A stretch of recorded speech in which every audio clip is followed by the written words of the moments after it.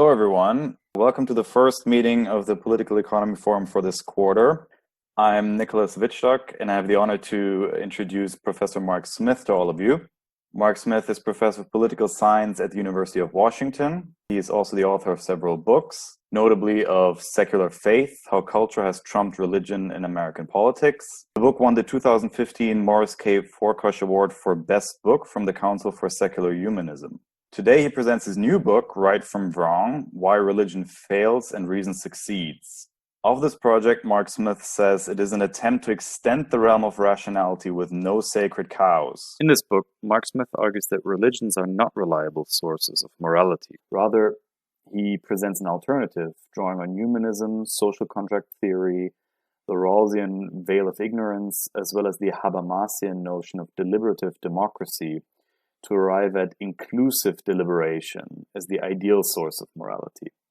That is, if people can come together without exclusion, seeking to objectively decide what society should look like, while drawing on the fountain of knowledge that is science, we can discover better morality.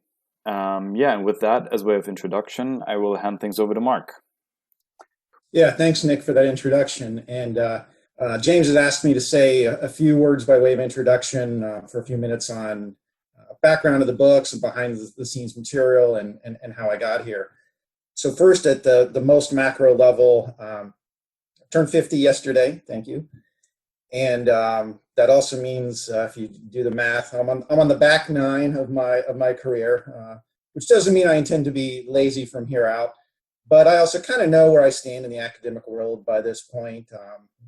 Fortunately, I've made it to full professor, and I've had there's kind of a niche of people out there who know me and know my work, but no one is going to mistake me for, quote, one of the leading voices in the field or anything like that. If you look at my citation count, it's frankly pretty mediocre.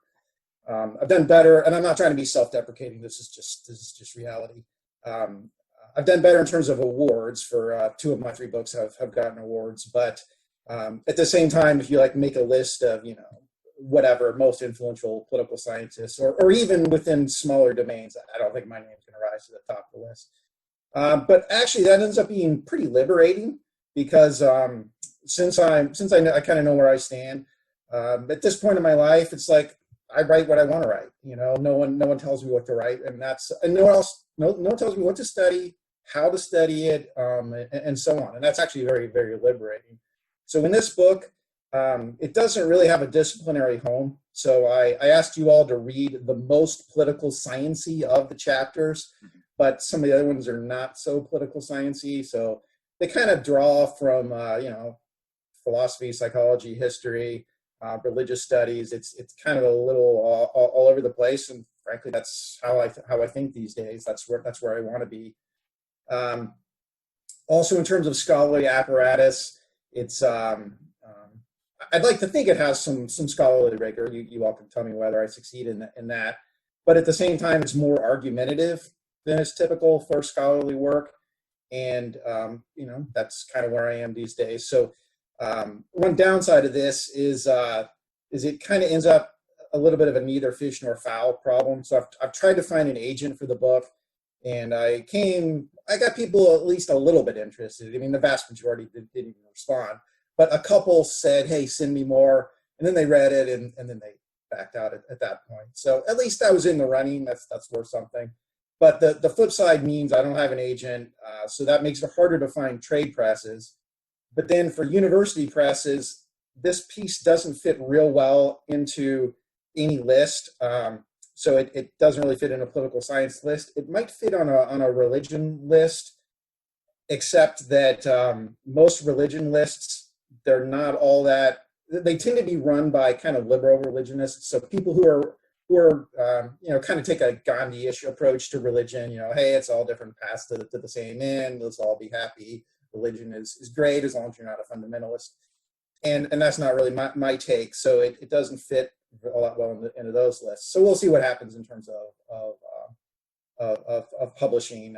I've got some feelers out at one trade press that publishes in the realms of secularism, humanism. And NYU Press has a new list on, they call it secular studies. where my book would actually fit very well there. But if that doesn't work, there's not a whole lot of other options. So we'll see how it plays out. In terms of how I got here intellectually, this book is in some ways an extension of my last one that Nick introduced. And the main argument of the last book is that when religious groups take positions on political issues, it's a lagging indicator of the culture. So as a culture shifts, the positions of religious groups shift as well, just with lags. Some groups are a little bit more out in front, some are behind, but in the long run, they catch up. And often that involves revisiting their doctrines or interpretations of their scriptures and so on. So there's some themes of that in this chapter. Not only the chapter that I had you all read, but the book as a whole. So that's part of the motivation. And then another part of the motivation is just ideas have been kicking around for a lot longer than some of you have been alive. And, even back when I was a little kid, I was reading in the area of what's often called, quote, apologetics. And I should note that's like a technical term in the, that people in churches and religious communities, they would adopt that. It doesn't necessarily have a negative connotation. It just means someone who's a systematic defender of their beliefs or doctrines. So I introduced that in the first chapter. So most of you probably didn't have a chance to read that. But I've been reading this literature for a long time, and one thing about me is I'm just kind of offended at bad arguments, and I just think there's a lot of really bad arguments that they make, and I've seen little pieces of them taken down, but I try to present this unifying framework, which again is in the first chapter, if any of you had a chance to read that, where I identify these 4 strategies, which I call ignore, rationalize, reinterpret, and mystify. And then that's the framework that drives a lot of the book. And I show how those are used. And so the book really has 2 pieces. The first piece is showing that a religiously based morality doesn't work. And then the second piece is showing that a secular morality does work. And it's that secular morality that is the third chapter, the one that I asked you all to read. So I think I'll stop there, and I welcome hearing your all's reactions. Thank you so much. That sounds really cool. I know I have a lot of questions, but I don't want to impose right away. So I'd open things up to everyone else first. All right. So Jake, please go ahead. Hey, everybody. Mark, you make me want to get tenure so I can have the freedom to write arguments I believe even, in ways that, cross-disciplinary boundaries and all of this. So really fascinating stuff. I guess just to start out, so I used to watch a ton of YouTube videos of what was called the New Atheist School. And there's just not a ton of references to this sort of early 2000s rise of this discourse from, Richard Dawkins and Christopher Hitchens and others. There's some similarity in the arguments I see. How do you see this fitting in that sort of rise of pop new atheism in general? Yeah, it definitely has some overlap, and obviously I hope the folks of that group that are still alive, would take an interest in this work, because ideally they would help to promote it. I think some of their takes on religion aren't all that sophisticated. So I kind of agree with them on like the big point, the stuff is all made up.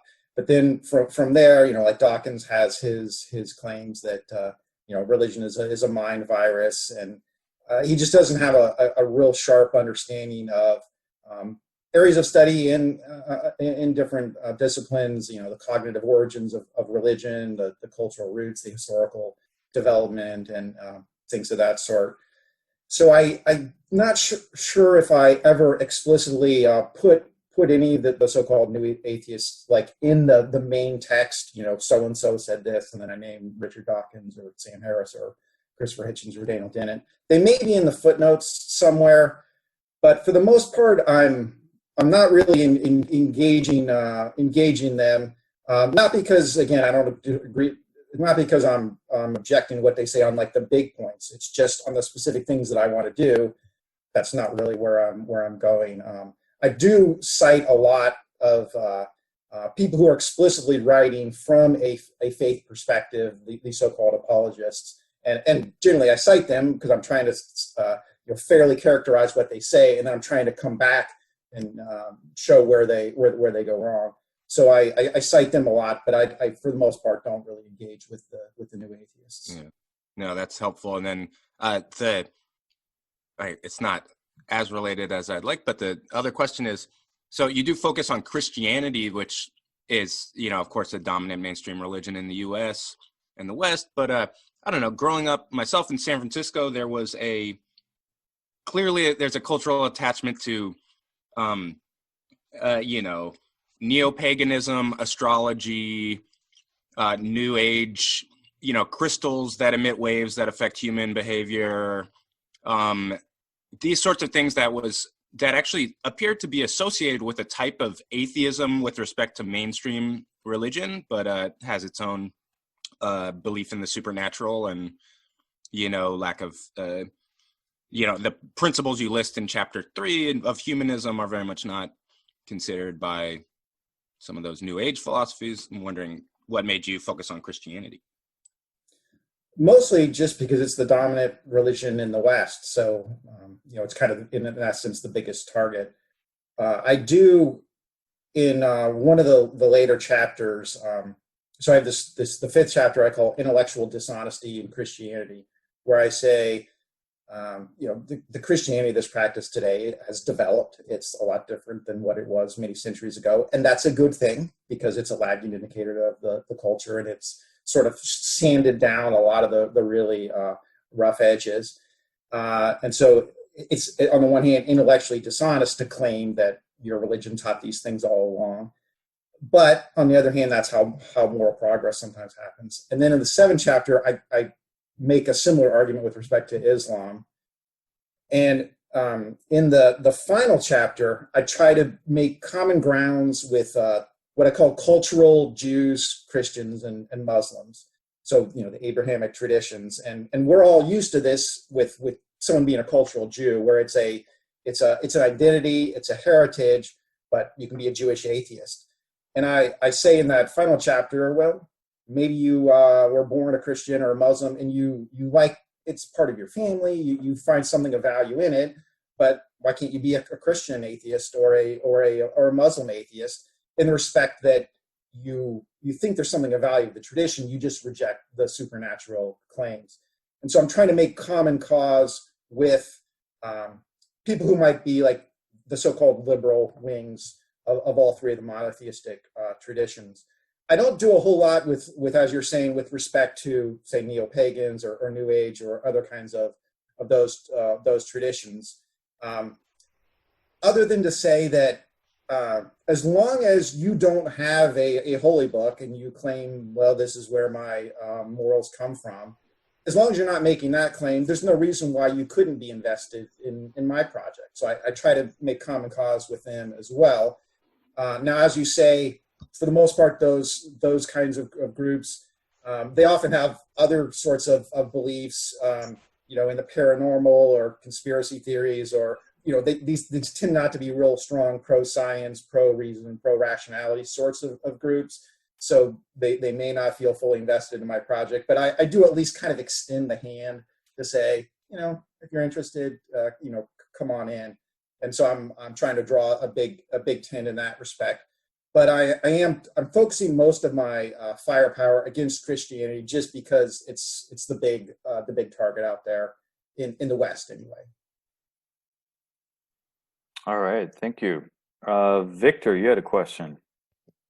Mark, are you trying to persuade Christian apologists to open their minds to humanism, or is that a lost cause in your mind?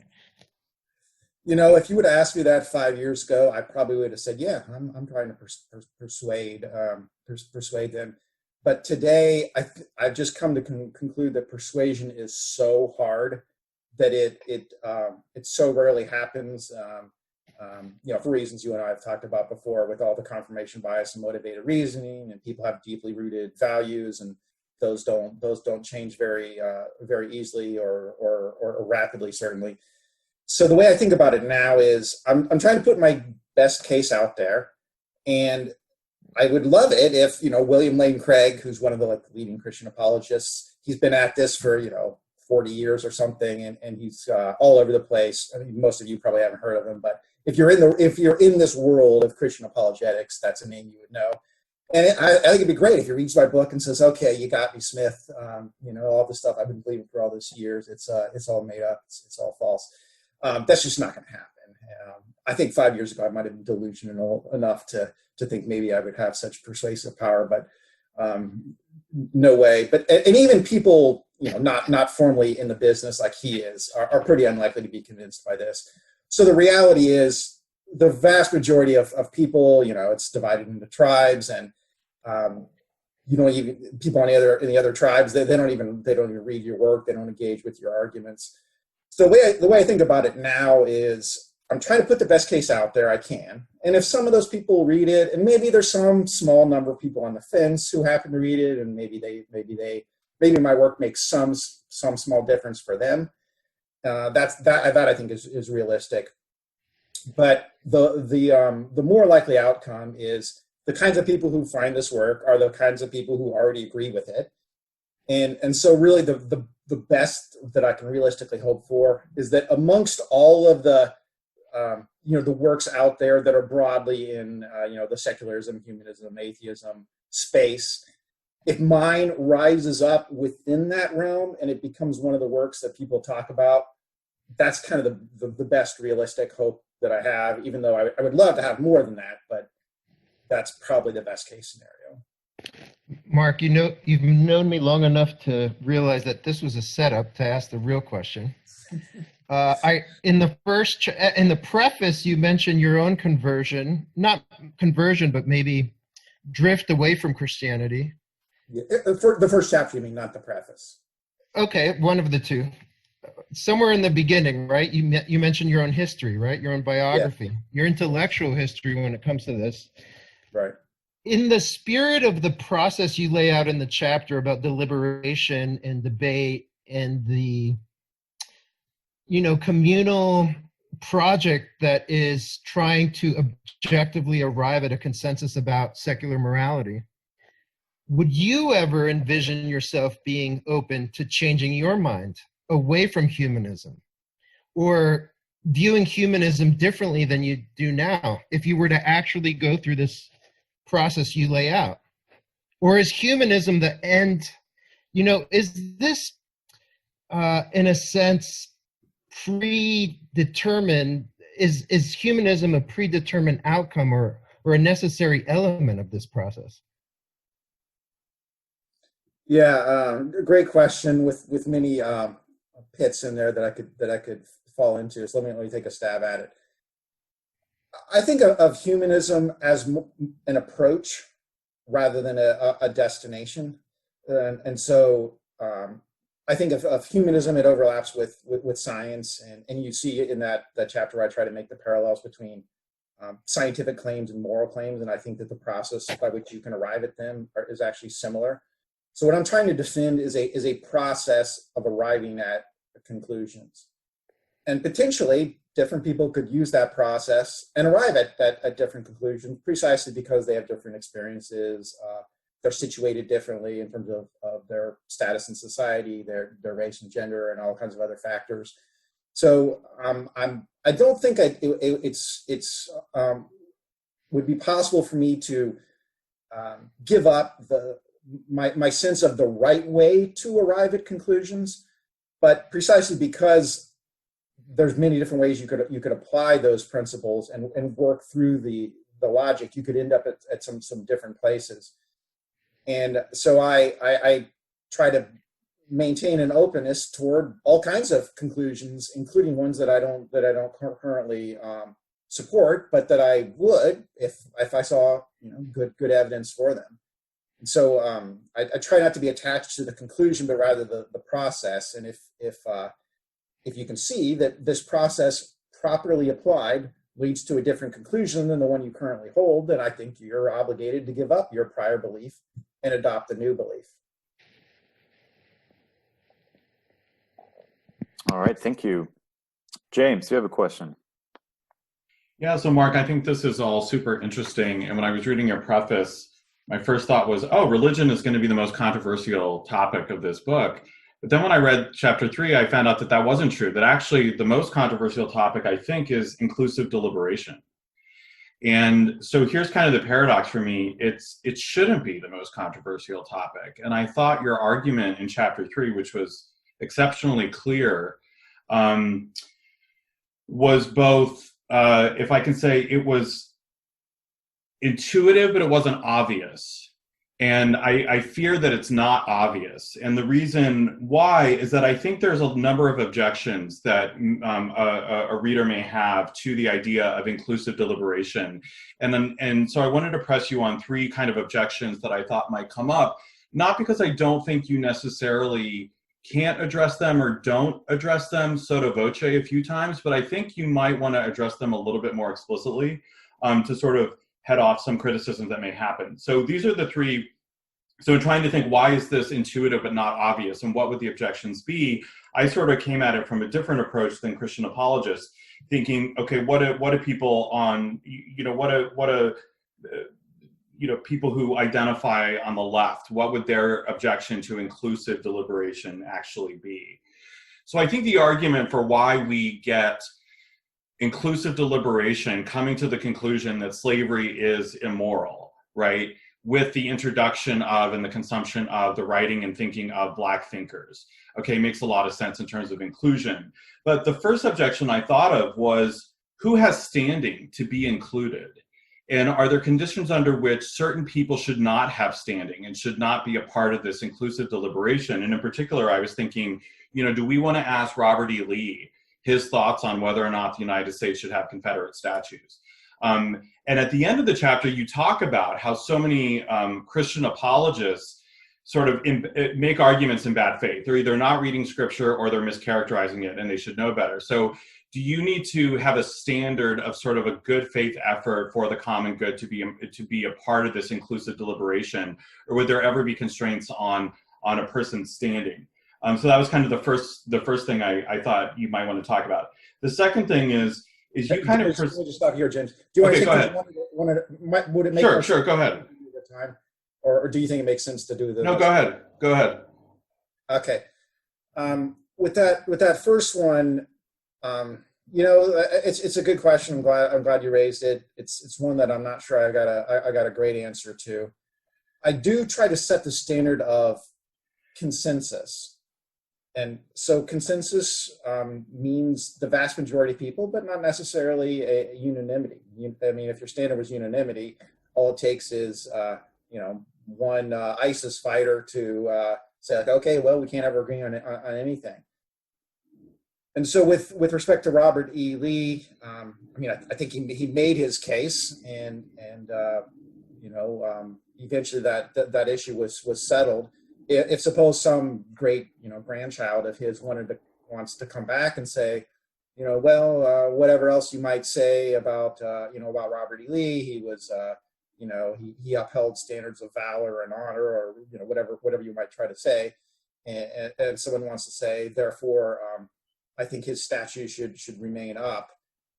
I guess my take would be, well, let that person make their case. And the difficulty is, if you stipulate ahead of time who's respectable and who's not, well, that's a very constantly changing, perception of who should be allowed into the debate and who should not. Now, if their means of participating is, I'm going to kill all you and impose my will upon you, I would say at that point, that's not deliberation anymore. That's violence.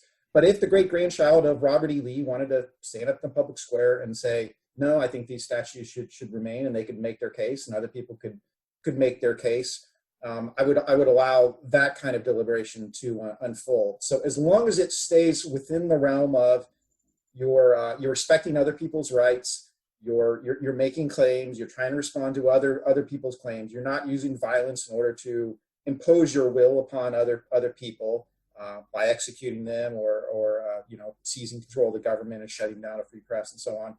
As long as you're not doing those things, then I want to let any crackpot make their case.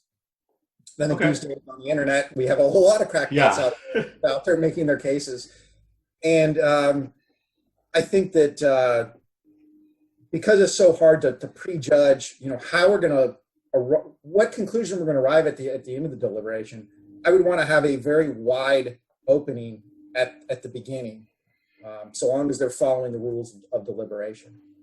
Yeah, and I think just maybe stating that a little bit more explicitly helps your case, because I think one of the arguments, or I guess I should say, one of the objections to inclusive deliberation would be this prior question of who gets to be included and who has standing, because I think kind of what's going on in the public conversation around stuff is about who has standing at a very fundamental level. Like, do white Americans even have standing to talk about certain, Black issues? Does like a Confederate general have standing to talk about, X, Y, and Z? And I think that sort of prior question is important. So I think if you sort of bring out and state more explicitly that you have a pretty broad perspective of that within some reasonable limitation, but letting the crackpots in, I think helps your argument a little bit better. That then gets to my second question, which is, once we're in the inclusive deliberation, what I understood from the way that you talk about reason is that you view reason as a process, not necessarily an outcome, meaning reason for you is about how we deliberate, how we argue, how we draw on historical sources, sources from the arts and social sciences to kind of come to a conclusion. And you sort of are pretty hands-off about the morality of any specific conclusion. You're more interested in reason as a process. But I was wondering, the older I get, the more I think that there are just bad people in the world.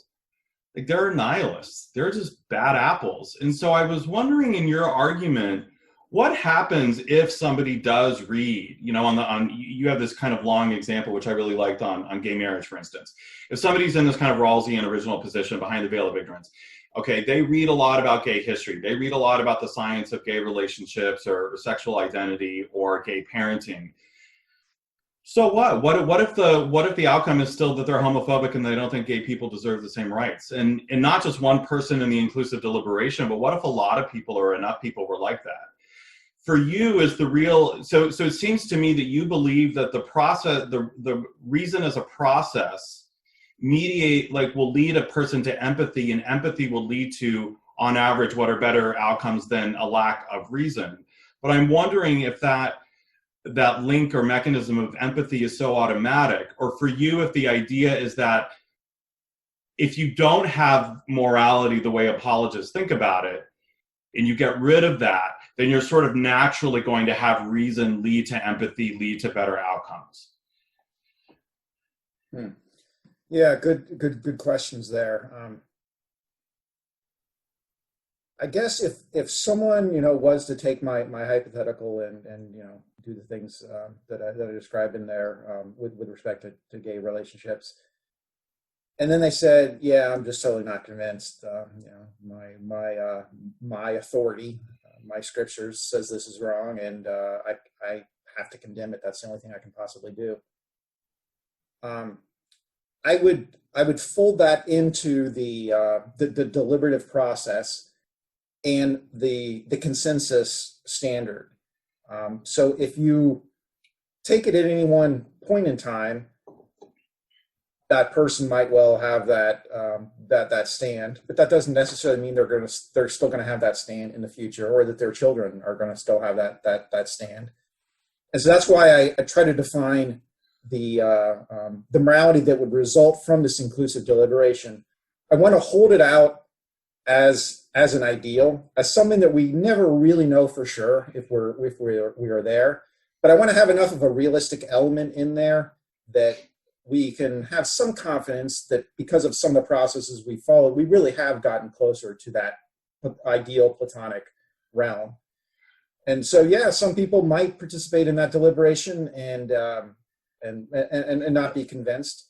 But I think the more likely case is that actually they do become convinced, and that we've seen that just with the with the issue of gay relationships, that once there started to be gay relationships within Christian homes and Christian families, all of a sudden they started saying, okay, well, I'm just not going to universally condemn these people, and that opened up their mind. So I think even on that specific issue, it really the process has worked in the way that I describe it ideally, but I recognize that in practicality there will always be some holdouts, and some people also might refuse to participate in the deliberation in the first place, and so I want to strike this balance between the ideal process that I'm describing, but I want to have enough reality in there. But Mark, I want you to take out the question I had was taking scripture out as the reason.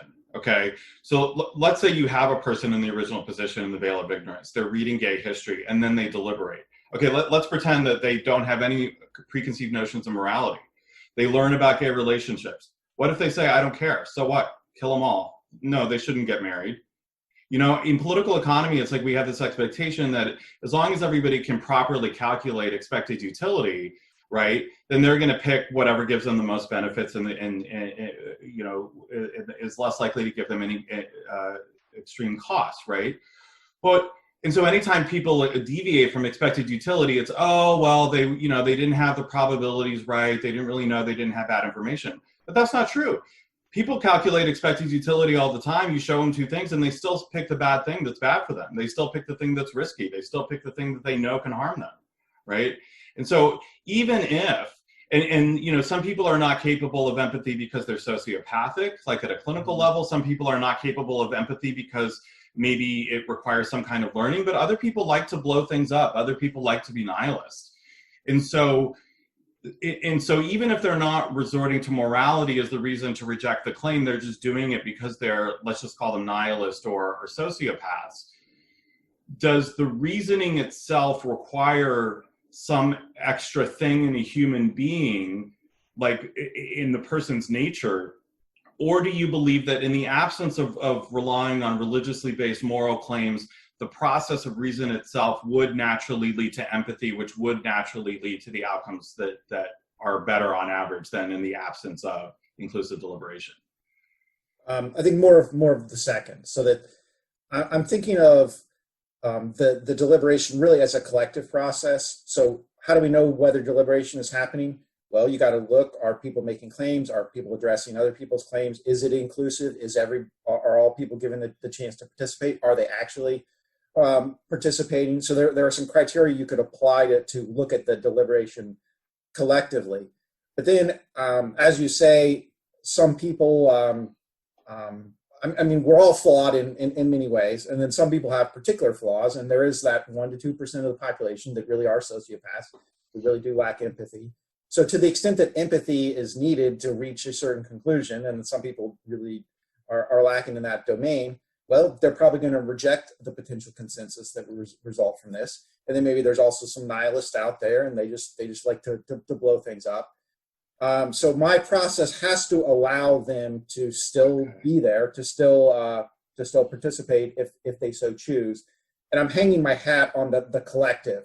And not everyone has to go along with it, and that kind of links back to the Platonic realm, that this is the result that would occur if we had perfect deliberation. We're never going to have perfect deliberation, so I'm going to hold that up as an ideal while recognizing there's going to be flaws and the ability of any particular person as well as the collective, and so I would try to capture all that within the consensus definition, so that if we have this deliberation and then we reach a consensus based upon it, I will give that at least my provisional assent while recognizing that not everyone's going to go along with it, and there's still going to be the sociopaths, there's still going to be the nihilists, but we still want to, kind of recognize that collective as something worth preserving. Yeah, I think I see that now. I think you actually do say this, and I think I was thinking of the nihilist as an individual going through the reason process, as opposed to sort of, even if 30% of the world are nihilist and 70% aren't, if the 70% are part of the conversation, then they would find a way to come to consensus that would sort of ignore or try to change the mind of the 30%. So I see what you're saying there. The last question I had was on the role of dissenters in morality in science, and I really liked this argument about how important it is for dissent in morality. Now, we know it's important in science in terms of paradigm shifts. You talk about earth sciences, I was thinking of sort of Einstein being the dissenter of Newtonian physics, and you know, the importance of dissent when we think there's consensus to get us to a new place or a new paradigm. And I wanted to kind of ask you, how do we distinguish between dissenters and paradigm shifters like an Einstein versus trolls, basically? Like what, I mean, it kind of sounds, you know, it sounds maybe obvious, but when I was reading your thing, I thought actually, like, how do we know somebody who's out there really going against the grain because they care about, you know, not only the facts, but they care about making progress, versus those who appear to be that, but are really just trolling the audience and just going against the grain for, you know, whatever reason, but really aren't true dissenters in the way that they're trying to shape and make progress in morality and science. And is that even important for you to think about? Is that an important distinction to make? Yeah, I mean, it might be. I'll have to think about that more as far as whether I need to make that distinction. But I mean, the trolls thing, this is a fairly new phenomenon. I mean, I just don't remember more than 5 years ago people really talking about trolls, or even trolls that like on the written page. I mean, we've always had provocateurs, people who were you know, trying to pick a fight, and that would be entirely. I mean, if you really are a true dissenter, a lot of times you have to pick a fight just to get noticed. So there is kind of a fine line between the dissenter and the troll, as you say. A lot of the trolls these days, they're not really dissenters in a certain respect because they almost always have a pretty big audience out there, and they're trolling to signal their affirmation for whatever identity group they're part of, and certainly in the internet age, you can really build an audience and a constituency that way, and you can become, you know, like say a Milo Yiannopoulos, like a professional troll, and make a pretty nice you know, living off of it for some of these folks. So they're a troll in one sense, but a lot of the claims they are making, because there's already people out there that agree with them, I'm not sure I'd really call them a dissenter. They're kind of picking at things that are currently up for grabs, and they're certainly on one side of those debates. But I don't think of them as a dissenter in the sense of an Einstein or an Alfred Wagner, of those types of people. So I guess that would be my take on trolls versus dissenters. Can I ask a question? Of course, Brian, go ahead. Yeah, if no one is in queue. I'm thinking, thanks, Mark, for the amazing manuscript. I'm thinking, and I understand, you know, the intellectual trajectory is much more coming from the Rawlsian perspective of analytical and procedural ethics, where ideally we would, you know, through some impartial processes, some theoretical device such as veil of ignorance, we could come in consensus, right? But I want to contrast that with an alternative paradigm in ethics where I'm thinking about the works by like Adam Zachary Newton, who wrote a fantastic book called Narrative Ethics, which says that ethics basically come from storytelling.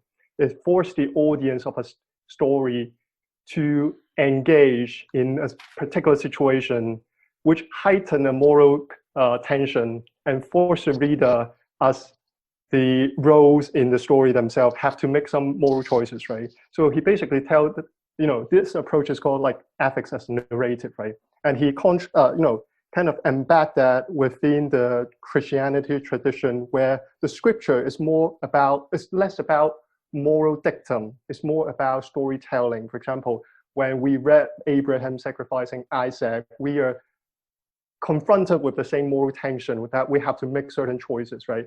Whether Jesus have to stone a prostitute, etc., right? So his paradigm of ethics is really about forcing the audience to face a moral tension, and that gives rise, the situationality give rise to moral, you know, the conscious of morality, if you will, right? So my question would be this, right?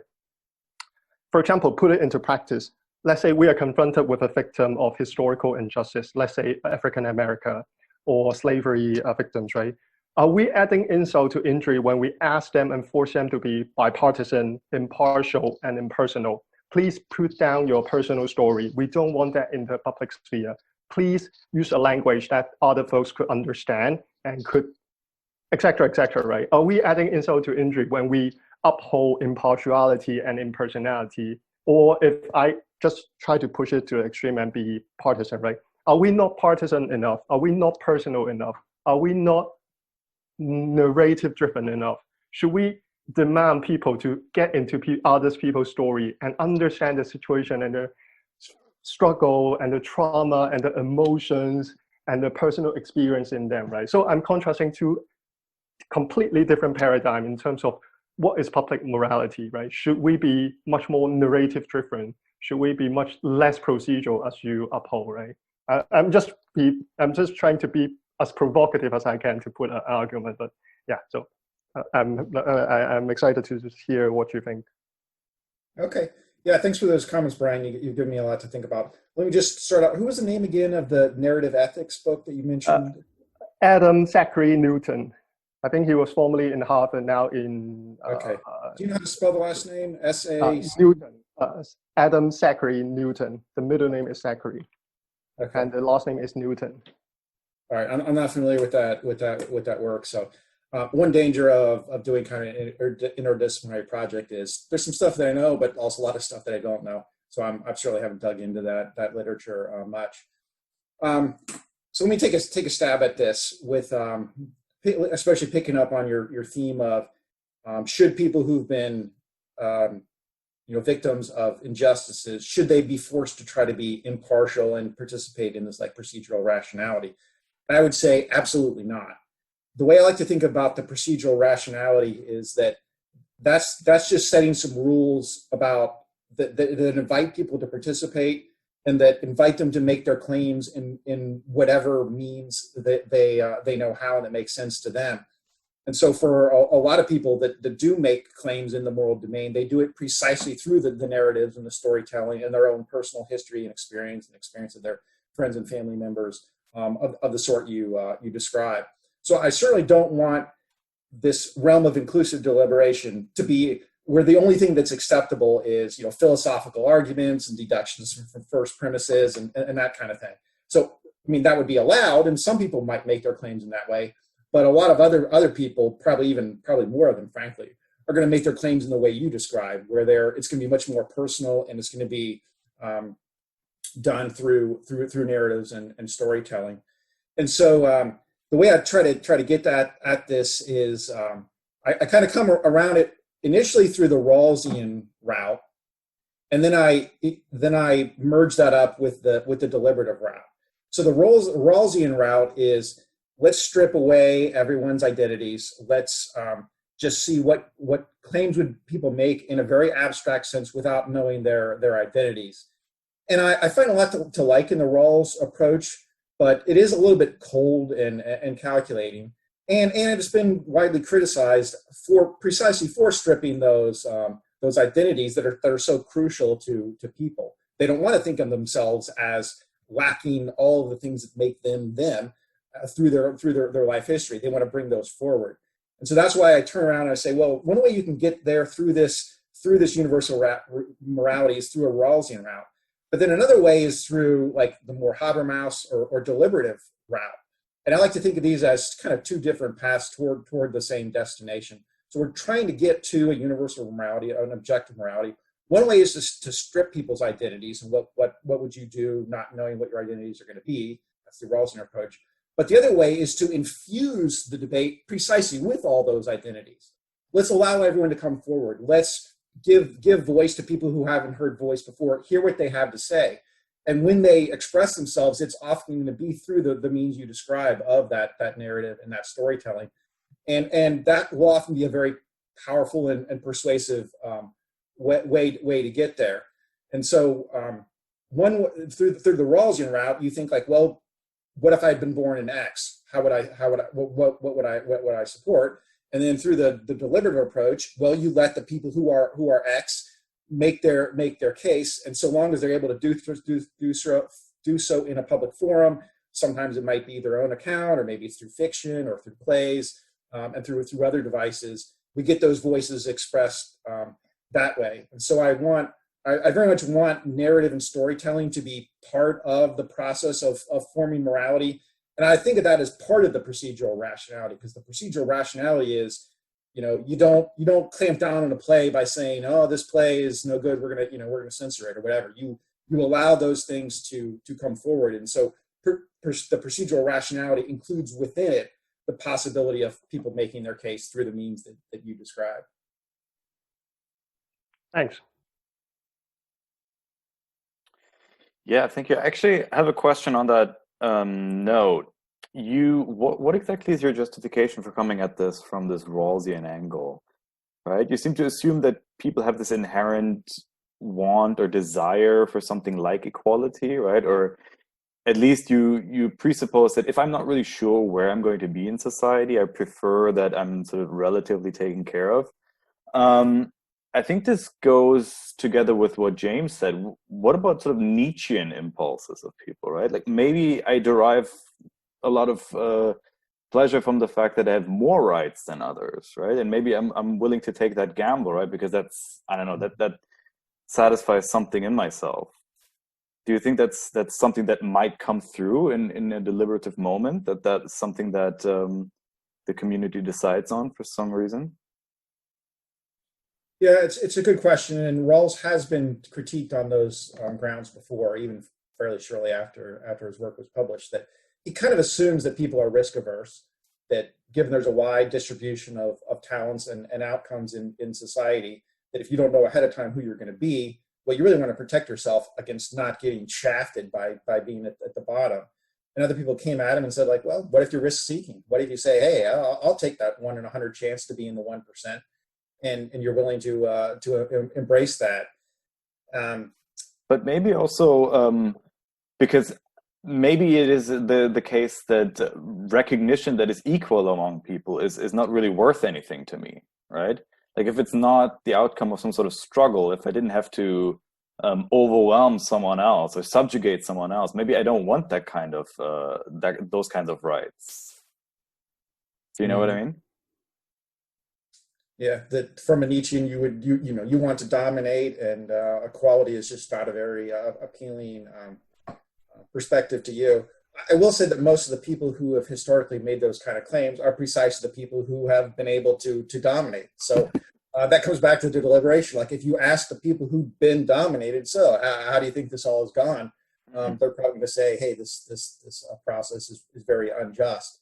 So for someone like Nietzsche, I would just want to balance him out and say, I'll welcome Nietzsche into the public debate, and obviously he's been very influential, but he's one voice and he's representing a particular desire. But I want to hear from everybody, and I think that if everybody is heard from, we'll kind of eventually come to a consensus that the Nietzschean approach, that doesn't sound so good anymore once you hear all the voices. It sounds pretty good if you just ask Alexander the Great, hey, how was it to conquer half the known world? He'll say, awesome. But if you ask the people who were conquered, how would you like to be ruled by somebody else? They're going to be like, no thanks. And then if our standard is consensus, there's a whole lot more of the people that were conquered than there are the conquerors. And that everyone will kind of think of themselves the possibility of being the conquered, being the people at the bottom of society through their racial, gender, or other characteristics, and that by bringing those voices up, we would arrive at the kind of consensus for an equal rights sort of approach. I see. Okay, thank you, Victor. You had another question. Mark, to follow up though, let's say we take a time machine before the Enlightenment and we run your experiment. We have a deliberative process. Wouldn't those that are conquered merely want the opportunity to conquer others? If you think about what Nietzsche said, he said Christianity inverted morality and allowed slave morality to be ascendant, right? Slave morality was the morality of the weak and victims, therefore holding the powerful accountable by inverting the hierarchy of values, right? What was valorized was no longer conquest, was no longer hegemony or domination, but compassion, empathy, all those other things, right? Now, according to your book, it takes the Enlightenment to instantiate this, to actually make it real. It's not Christianity that does it. So Nietzsche's thesis was wrong. It's the Enlightenment that does it, right? And I'm just wondering, though, this goes again to a thread that connects a lot of the comments. Are you loading the deck in your system to arrive at post-Enlightenment liberal values, right? And here's my question. Talk a little bit about the fountain of knowledge. What is allowed and what's excluded from the fountain of knowledge? Explain to people the device and how it complements the veil of ignorance. I found this to be a fascinating contribution, but I do want to push you on it after you do this didactic thing, explaining to us its role. Okay. So I like your challenge in there of am I stacking the deck that the way it's going to end up at a post-Enlightenment sort of set of values, or at least broad set of values, while recognizing there's tons of debates within that realm that we still have ongoing even today. If we were to go back, so you're saying in the ancient world, people they like to be the conquerors. They didn't want to be the conquered, and they might have taken the opportunity to be the conquerors. I think the main reason that they had that point of view is precisely that they didn't have the deliberation. There was a lot less mixing across ethnic lines, so most people didn't travel more than a few miles from wherever they were born, and there's very stark lines across different groups. And I don't know if any of you had a chance to look at chapter 4 of my book, but one of the things I try to show in there is the very groupish nature of the God that the ancient Jews constructed and the ancient Christians constructed, and that they tended to view other ethnic groups or other religious groups as a mass, as having very negative characteristics, that they accepted things like collective punishment and we need to just go and wipe them all out. And I think one of the reasons that they were able to hold those views is precisely that they didn't have the kind of mixing that does emerge in the post-Enlightenment period, where people travel in one country, study in another country. They have friends. There's immigrants that you get some mixing through those means. So there's a lot of cross-cultural exchanges now. That's just, the world is far more integrated. This is really the positive side of globalization. It's far more integrated now than it was in the ancient world. And then I think once you have that integration, I think people start to give up the desire to conquer other people, because of you start to see those other people as actual human beings, some of whom you might know, or they exist in your society, not as some abstract those bad people over the hill. I mean, this is a very common finding in anthropological literature. Is you go to one small group in a remote part of New Guinea or someplace, and they'll have very hostile characteristics of the other group on the other side of the valley, who they don't really interact much with, and they'll say, "Oh, those people over there, they're all cannibals and they're horrible people," and that's just building upon a basic feature of who we are as human beings, as evolved creatures who evolved in small groups and of tightly knit, mostly kin, and then extended family and other relationships. So once you get that mixing between groups, I think people give up that desire to conquer and dominate, and that's part of the post-Enlightenment result. But you're suggesting that maybe I'm stacking the deck here, and I do want to think about that, because is this sort of circular? Because I am saying that if you set up a process of deliberation, and actually I haven't got back to the fountain of knowledge yet. Maybe we should make that a second question here. But if you set up that deliberative process, you'll bring in all of those voices from your own society, but also from other societies. So I want the deliberation to be cross-cultural, across time. And that if you do that, some of these practices that were just standard in the ancient world, that there's nothing wrong with conquering anybody else. You just want to be the conquerors rather than the conquered. I mean, that was pretty much the standard view across all societies. With the ancient Jews, the problem wasn't slavery per se. It was the problem is that they were enslaved. But then once they got back, so their God said, "I'm going to free you from slavery." But then once they got out of Egypt, as the story is told, their God gave them commands that you can go and enslave your own people. So the problem wasn't slavery per se. It was you didn't want to be the enslaved. You wanted to be the enslaver. So I think that the process I'm trying to set up, it will lead to certain results. I hope I'm not doing that in a circular way, but let me just give you a chance to come back here see if I've made any sense. You have, but I think the key, and correct me if I'm wrong, is the fountain of knowledge and the screening mechanism in terms of what content makes it in. And on what dimensions do you select material to go in there? So I do want to just hear your thoughts, like didactically, what is this instrument? It complements the veil of ignorance, right? It's a key to the process. Tell us a bit about it. Then, Sorry, can I intervene and add on Victor's question about the Yeah. fountain of knowledge, if I can? I'm thinking, again, I go back to my original framing, right? You know, it's not the narrative, it's not the material per se, but the narrator, the actor who convey knowledge and who convey story, that matters more than the message itself.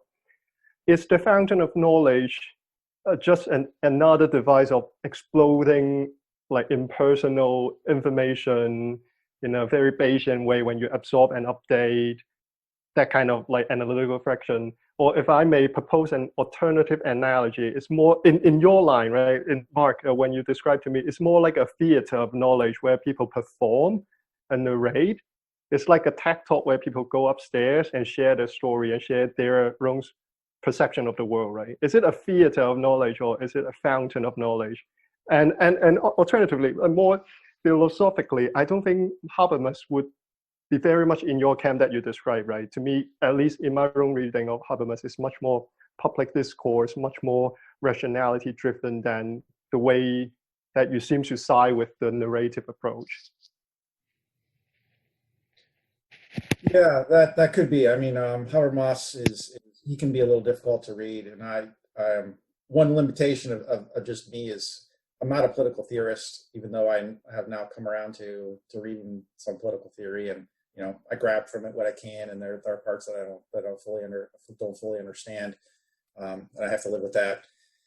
But in terms of the fountain of knowledge, I wanted to include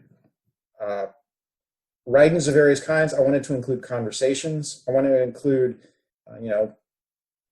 plays, novels. I wanted to include any kind of information you encounter, especially about someone other than yourself.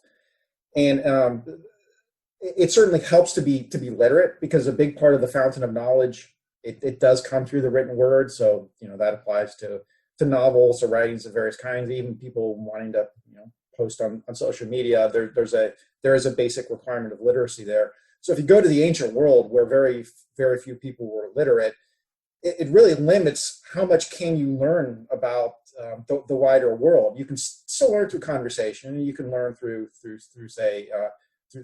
plays, and you could learn potentially by traveling. But as I mentioned earlier, not many people did that. So the fountain of knowledge was pretty small for most people. But as you get the growth of literacy and the development of the arts, and now we have a situation where certain kinds of plays, novels, other kinds of performances do get translated, and they do cross cultural lines, and we have works from earlier periods in history that they then get reworked and drawn upon. I would want to include all of that in the fountain of knowledge. So the fountain of knowledge, it includes people kind of sitting down trying to do systematic philosophy and deriving things from first premises. That's part of the fountain of knowledge. But so is a novel. So is a study abroad program. So is someone who is an immigrant, and you are not, but you get some cultural diversity through that means. So I want to include all that within the fountain of knowledge. So the fountain of knowledge is doing some of the work in this analysis. And that's why I try to set it up as you have the veil of ignorance on the one side. That's the Rawlsian approach. The fountain of knowledge is the flip approach. That's the more deliberative approach, where we allow people to make their voices heard. We invite them into the public sphere, the public discussion, and that the veil of ignorance, it's kind of a theoretical abstract device. Whereas with the fountain of knowledge, you can sort of study that. You can set some criteria. Okay, are we having a deliberative process? Who's included in the discussion? Whose voices aren't being heard? And it's a little easier to kind of bring that concept down to earth.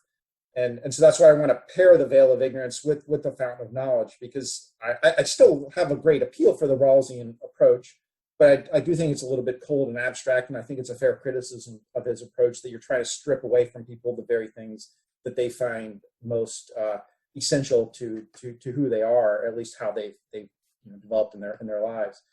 And so I want to bring in the fountain of knowledge, and I think it's still going to end up in a lot of the same places that you would get through a Rawlsian approach, but it's kind of a more open approach, and so I at the end of the day put more emphasis on that. So I kind of start off with, as you all saw, the Rawlsian approach, but then I bring in the fountain of knowledge, and then the rest of the chapter is more of a drawing on the deliberative side of things rather than the Rawlsian side. Sandra had a question. I'm curious if you're, willing to explore some of James's thoughts concerning human behaviors that we've heard previously a little bit more. So we have. Sandra, sorry, can you turn your volume up somehow? Yeah, of course. Sorry. Oh, perfect. Okay, so we have. Is that better? Yes, much better. Excellent. So of course, no one's denying that sociopaths and nihilists exist, and probably that they're a small percentage of people. But I'm curious if you're interested in, or if you're capable of speaking about the effects of,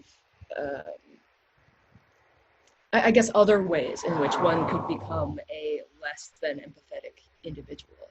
So the kinds of aggressive takeovers and brutish occupations that we've been discussing perhaps can have an effect on individuals, maybe even people groups, in ways that could affect their ability, one, to empathize with other people groups, and two, maybe could even affect their ability to reason through some of these things. Maybe that in itself could create an impetus to the kind of logical thought that we expect to result in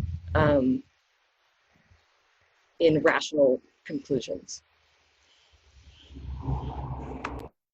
Yeah, thanks, Sandra. I resonate with what you're saying, and that I think we should be careful not to just worry about the nihilists and the sociopaths, because in a way those are kind of the easier people to deal with. But how do we handle conceptually, theoretically, situations of intergroup struggles ranging from racism to slavery to genocide to patriarchy and lots of other things that are frankly standard practice throughout most of history, and still standard practice today to some extent, at least in our own country and in lots of places around the world.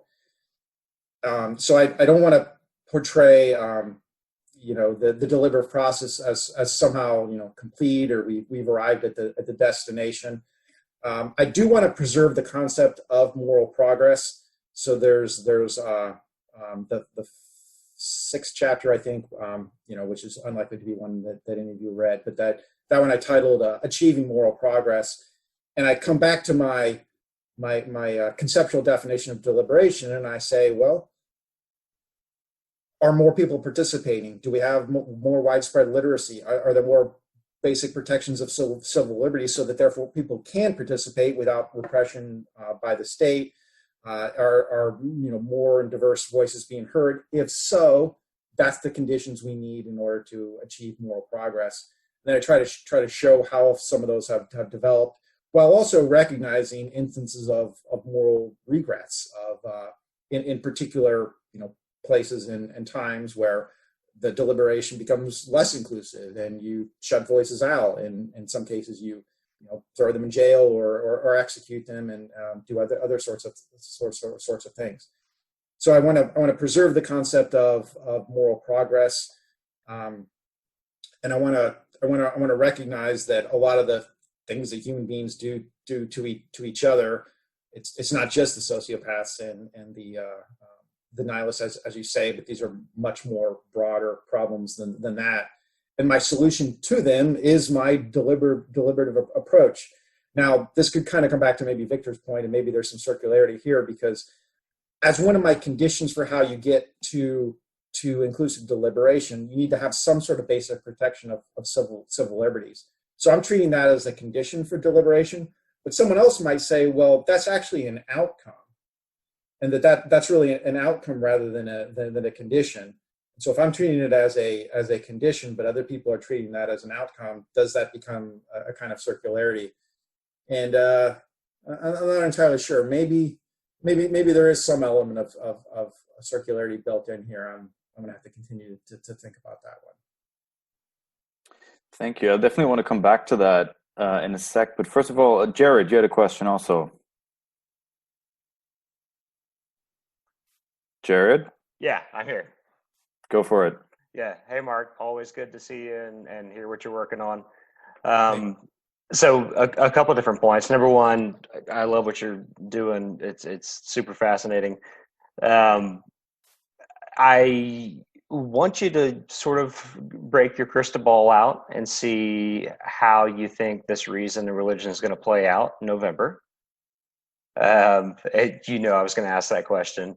And the other question I was going to ask was one that you asked me several times when I was submitting things to you. What if you're wrong? And those are my 2 points, I guess, my 2 questions for you. I've loved this conversation. Awesome questions. So that's what I got. All right, those are good questions. Thanks, Nick. For religion and 2020 U.S. elections, I mean, the broad trends are the younger people are less religious than older people. They're also more diverse and lots of other characteristics. And just by population turnover alone, I think every 4 years now, it's the electorate becomes something like 1% to 2% more democratic at like current rates of change. Now, all that's kind of conditioned on, say, absence of voter suppression among younger people being able to register and vote. And one of the things, you probably, some of you have seen stories about how voter registration in 2020 is way down. And in part because a lot of the groups that traditionally do voter registration, they have been limited in, by the lockdowns and then later even the softer lockdowns.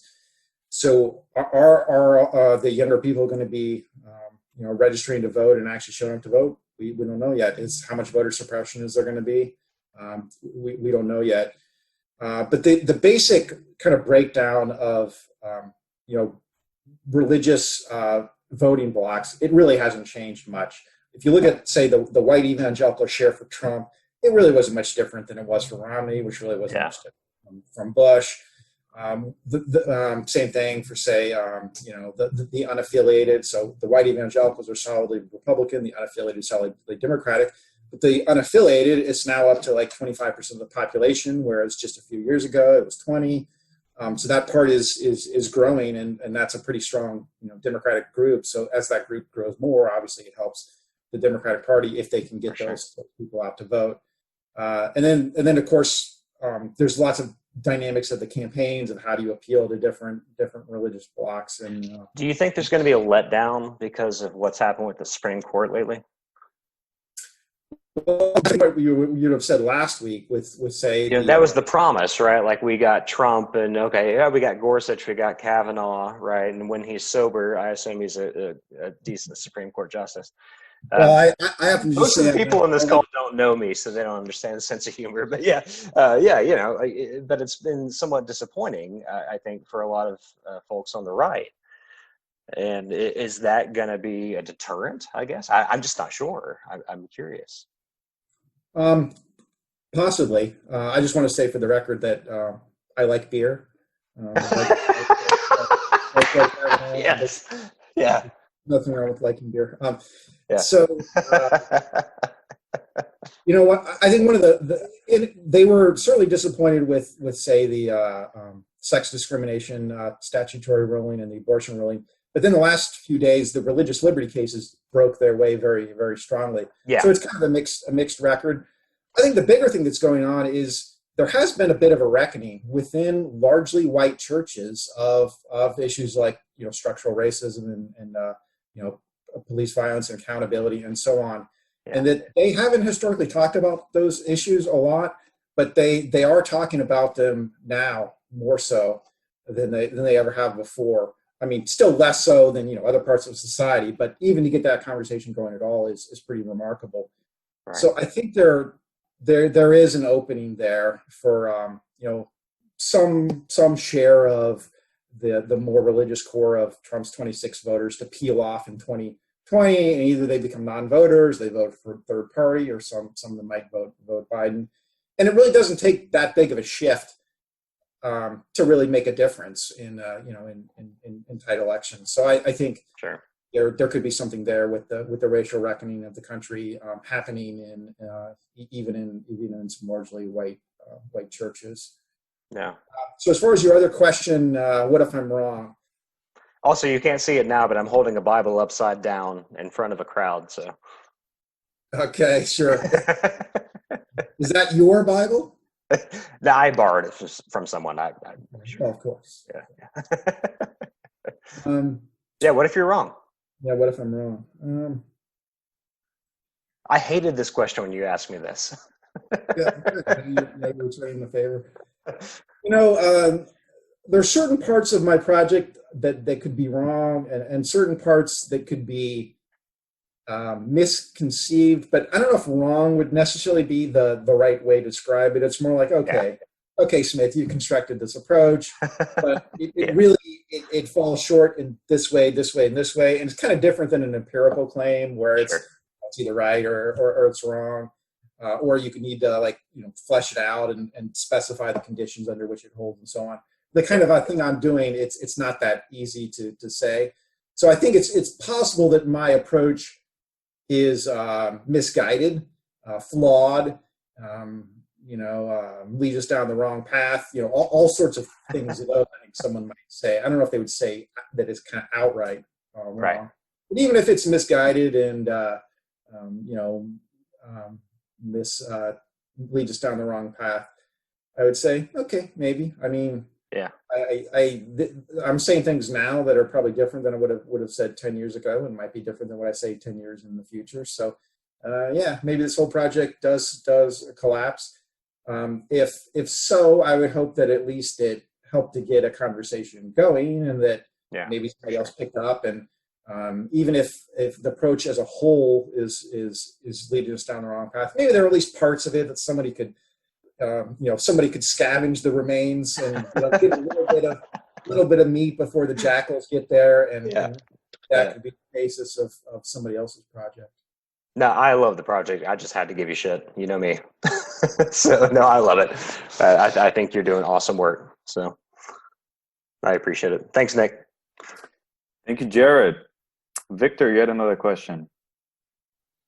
Well, is there anyone else in the queue? I want to make sure I'm not sucking up too much oxygen here.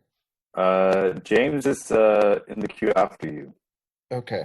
Go ahead. So, Mark, I earlier not accused you, but wondered aloud. We speculated whether you're loading the deck for liberalism, but I'll just put it out there. You say very loud and clear, everyone's biased. We can't help but be, for many biological, anthropological, sociological. We could use the word logical and keep going on that. My biases are towards humanism, like you, liberalism, the Enlightenment values, which have become kind of passé, or at least under interrogation these days. I wonder, though, given the fountain of knowledge and going back to what is allowed in there, whether what you could end up with is illiberalism and populism if you ran this experiment. And by the way, I believe if there are any vultures circling around and looking to scavenge the carcass that is this book, not to say that it's a carcass, it's a living thing that I think is going to get a lot of interest. But if there's anybody that wants to take a part of it and run with it, I think it would be the empirical application of these deliberative democracy laboratories, so to speak, where morality is the objective, right? Because we know that Fishkin and other contributors at Stanford and in other communications departments and sociology departments have run these deliberative democracy experiments in a sense, right? And there's a lot of intriguing findings you go through. Maybe you want to discuss a few of them if you'd like. But one thing I wonder is, depending on the rules, you said anyone can get in, it's inclusive, fine, we understand that. I still would press you on what are the dials that we can move up and down with the content of the fountain of knowledge. But suppose that it's a very capacious set of things, right? You mentioned art and history and all these things that, you know, to be honest, cosmopolitan latte drinking liberals in large coastal cities like, right? Dense coastal cities in the United States like. But if you think of most folks, that's not their thing. That's not where they devise neither, you know, pure knowledge, as Kant would have said, or practical knowledge, right? Where I suppose most people get their knowledge is through their work, by raising their kids, you know, their communities. And most communities are probably not very cosmopolitan. Many of these values are a mix of liberalism and other things, and they are constantly shifting, and they're open or susceptible to the cues of politicians and elites and other actors, even trolls, as James intimated earlier, right? So I do wonder if you introduce things into this fountain of knowledge like military affairs, sports, popular culture, the internet culture, memes, the polarized political debates that you see on Twitter and everywhere else. If you'd actually 89 out of 100 times get illiberalism, get a sort of neo-fascism, get both on the left and right their version of political correctness, which is very, let's just hypothesize, I don't know if I'm right, but let's hypothesize, closed to dissent, closed to, you know, those gadflies you talk about that are so helpful to science that James brought up. We could think of Pasteur, Einstein, the people that did the advances in plate tectonics you mentioned in geology, if I didn't get that wrong. So speculate on that. Is that a fear or is that a possibility? What's your hypothesis about, as you move the dials on the fountain of knowledge, what are the different outcomes you could get, and connect it to anything in the book you'd like? That's my big idea here. Well, I do want the fountain of knowledge to be broad and capacious, as you picked up on. It's hard for me to think about what I would explicitly include ahead of time.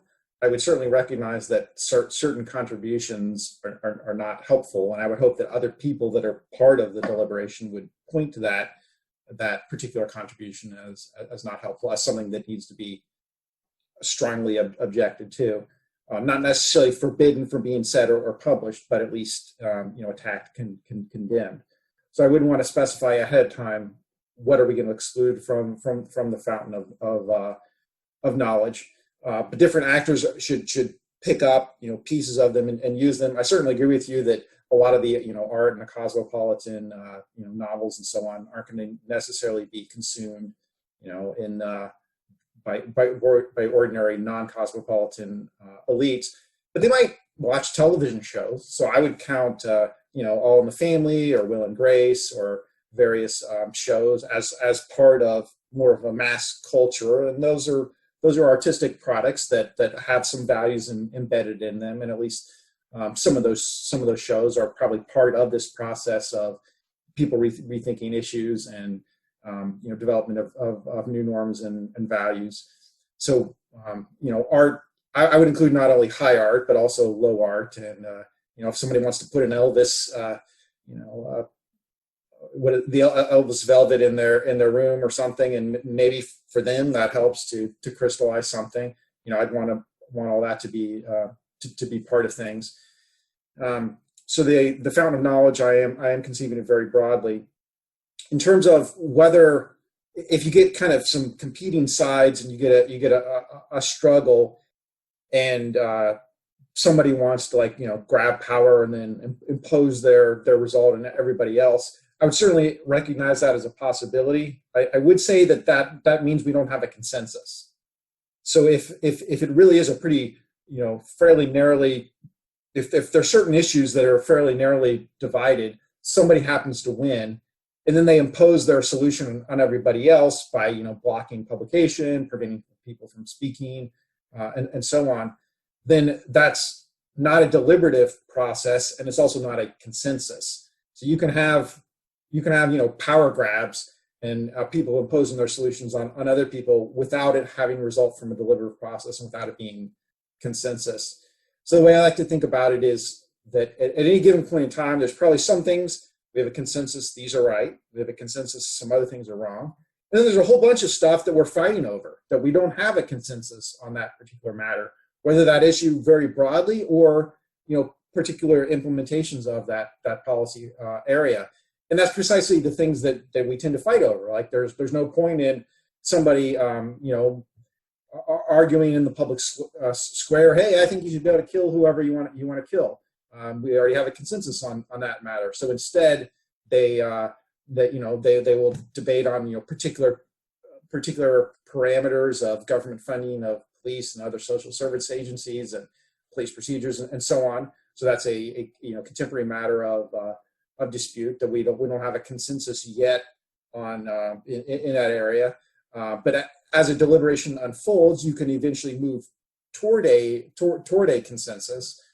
And if someone kind of checks that process ahead of time and imposes their solution and prevents anybody else from objecting to it, then I would say that wasn't a deliberative process.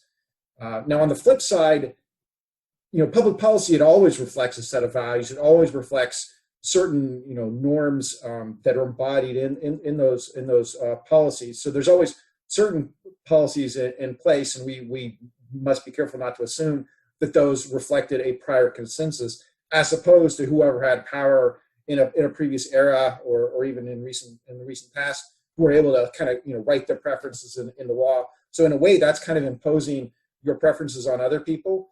That's just the nature of public policy.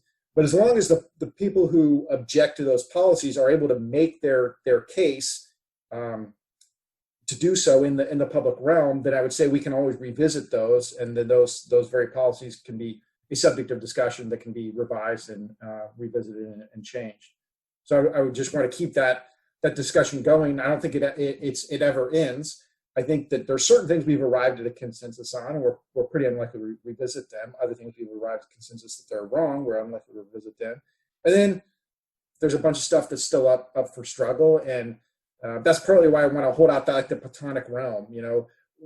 There is some consensus that could be had. We're not there yet. I'd like to think that there is a potential consensus that would be reached if everyone took the deliberation seriously and engaged in a fair and thoughtful manner. As a practical matter, people won't always do that, and so the deliberation is always imperfect, which then links back to my earlier point about wanting to maintain this tension between the ideal and the real and the practical, and that sometimes we can feel like we're touching closer to the ideal, but we're always in this practical and ongoing struggles that we don't know for sure where it's going to end up. Just quickly, what would your predictions then be on two things if you were to run the experiment? One, how often people resort to logic versus alternative mechanisms of argumentation. Two, what are your predictions about the outcome in terms of what consensus people would arrive at? Well, the first one, how often are people using logic as opposed to other things? This is kind of linking back to Brian's question earlier. Probably less often logic than other things. They're talking about their experiences, like just this is the way I see it. This is what how I think about things. And often if they're using a narrative voice, kind of some logical claims and some storytelling, they become intertwined, and ordinary person isn't necessarily trying to parse those out and really distinguish them. So I would want to include the logic and the storytelling, and I think they do get thoroughly intertwined. What was your second question again? So what would your prediction be if you were to treat this as an experiment in terms of the consensus? What would people agree on and arrive at in terms of morality then? Beyond the basic things you said that are universal across time and place. E.g., Yeah. incest, taboos against incest. Right. Well, you're pushing me someplace I don't really want to go, because I'm trying to defend the process without specifying where it's going to go. And I feel fairly confident in the process, but the difficulty is that I'm just one person with my own limitations. And as time has gone on, I've come more to believe that there's a lot of things that's happened to me that are frankly just kind of random, and I am the way where I am right now through means that were outside of my control. And if you just tweak a few things, my life turns out very, very differently. Not only in how do I act, but how do I think? What are my core beliefs? So I don't really want to specify where I think this is going to go, precisely because I think I'm just one person, and I'm limited and flawed. Whereas if the process was followed and the consensus was reached, I'm gonna go along with that consensus. Right. Okay. James, you had a question also. So, Mark, it wasn't until reading your book that I realized that our society has a point of consensus that it really shouldn't.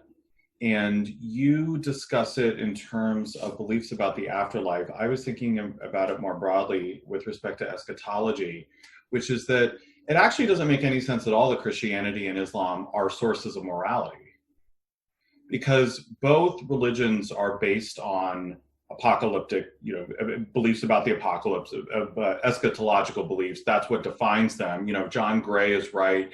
Christianity is really the first religion in the modern day that sort of survived based on a prophet having apocalyptic visions, and eschatology is really definitional to Christianity, and early Christianity, as well as to Islam.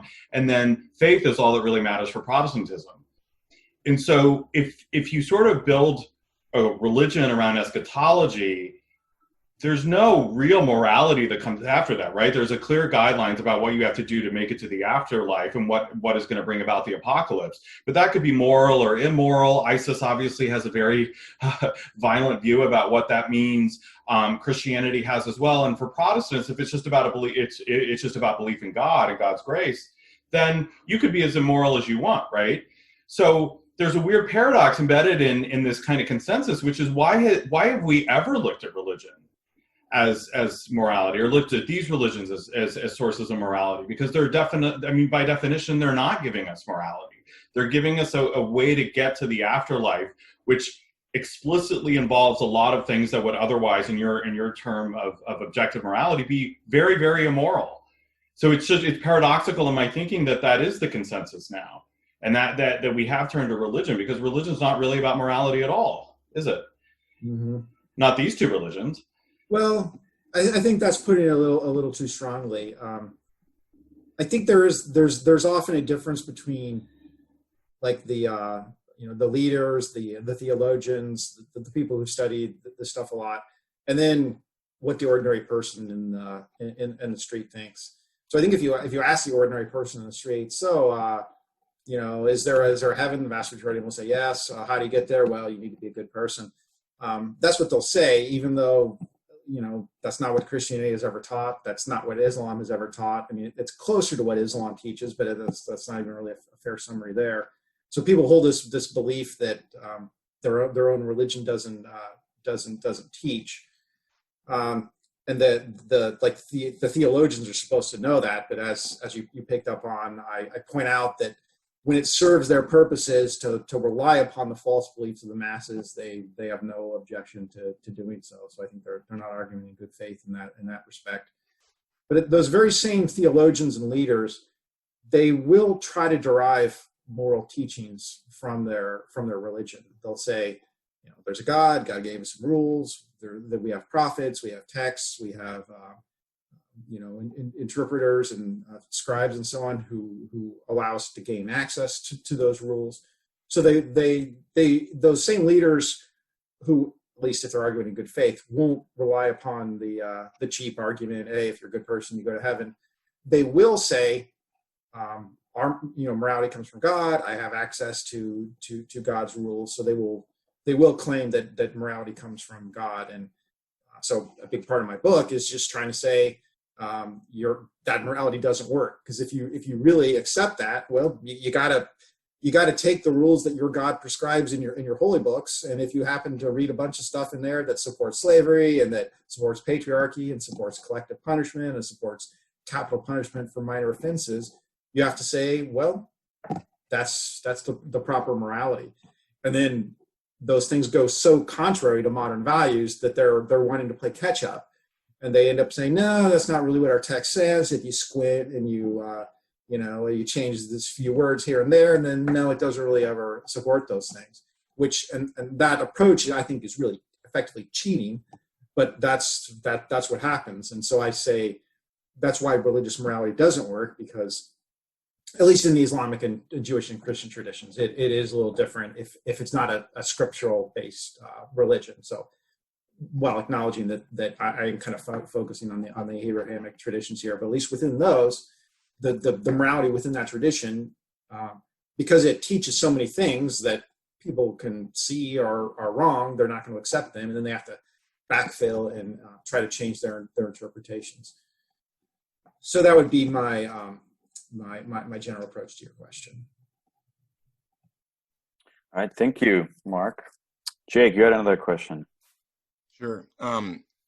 This is mostly just continuing people's lines of thought, but I guess I felt compelled to put this in the language of sort of democratic theory rather than religious, comparative religion and things like that, given, that I'm not a religion expert. Learned a little from, a bit of participation growing up, but that's about the extent of it. But in democratic theory, so one argument against and a sort of undemocratic argument for democracy is that if you move to authoritarianism, you close off the future ability to make new decisions through democratic means, whereas through democratic means, you can't achieve any sort of outcome through democratic means. So this separates the process that you've said is so important in your argument there. So the process of deliberation, separating that, sort of making an authoritarian argument for the process, that the process itself does not depend on consensus, right?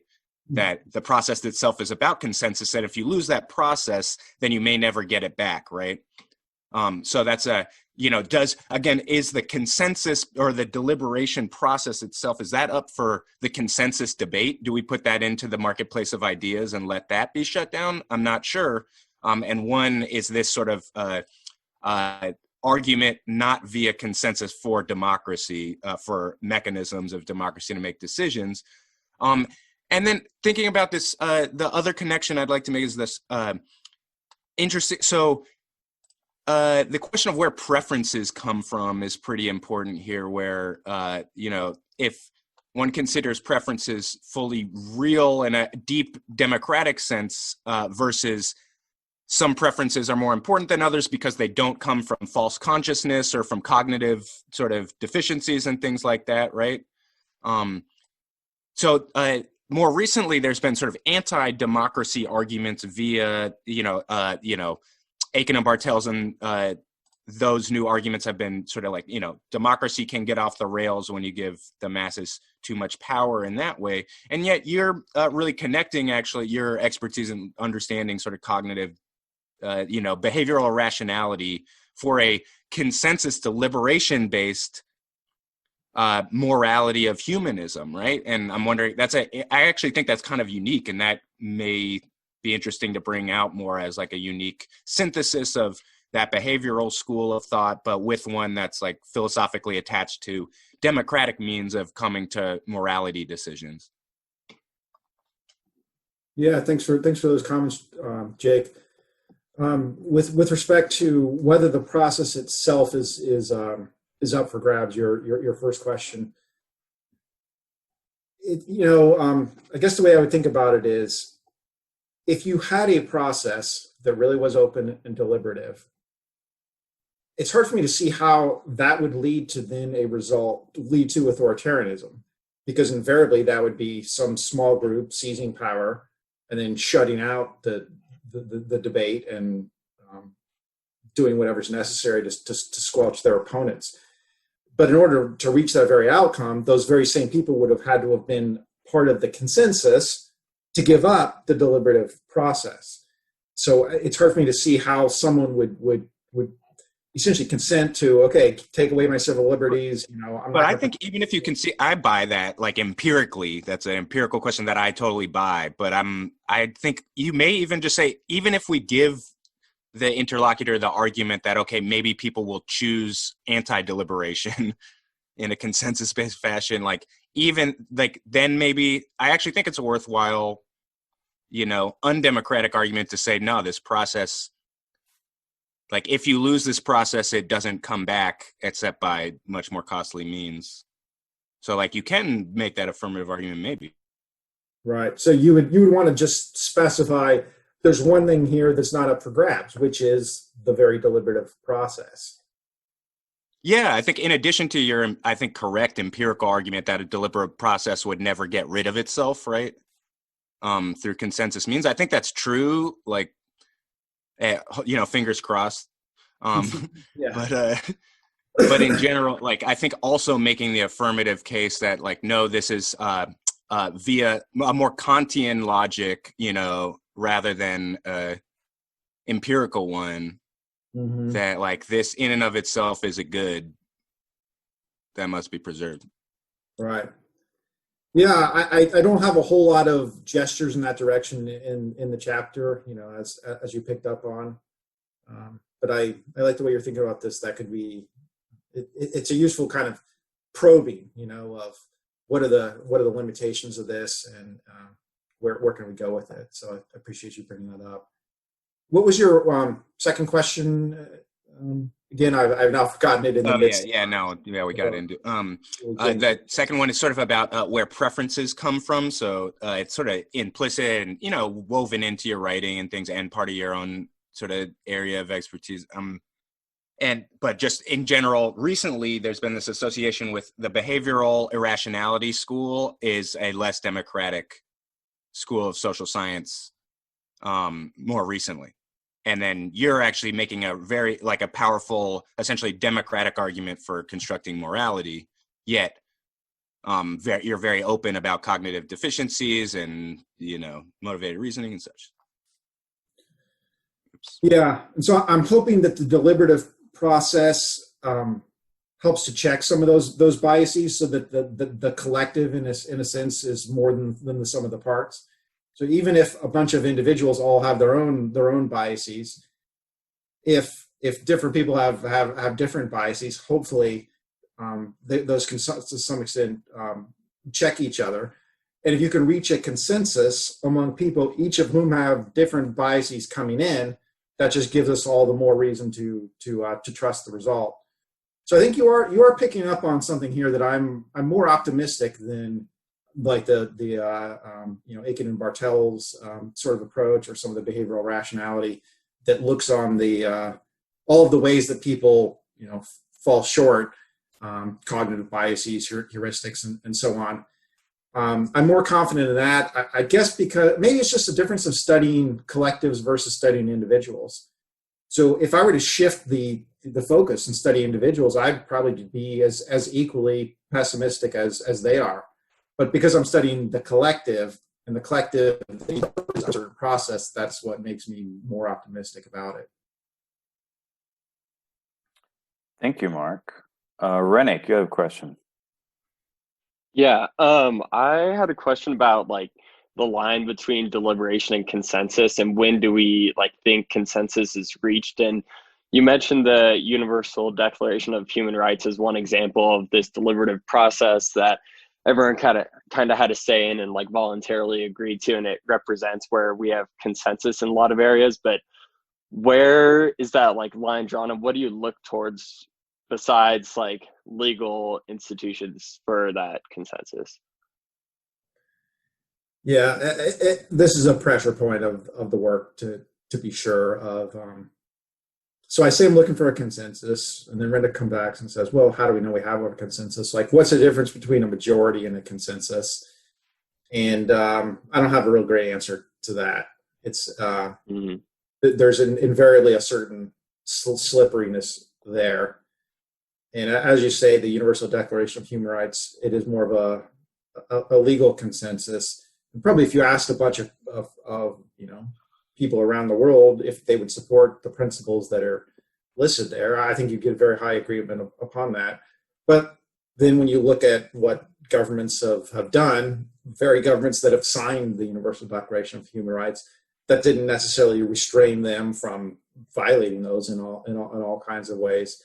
Mm-hmm. So it's tricky. Like, are we talking here about individuals and their beliefs? That's more of what I'm doing. But are we talking public policy? That's kind of a different matter. Are we talking what's embedded in treaties or statutes? That's another matter entirely. So I kind of want to keep my focus on the mass public, hearts and minds. Yeah, hearts and minds, if you will. Exactly. Thank you. Yeah, thank you. Victor, you have another question.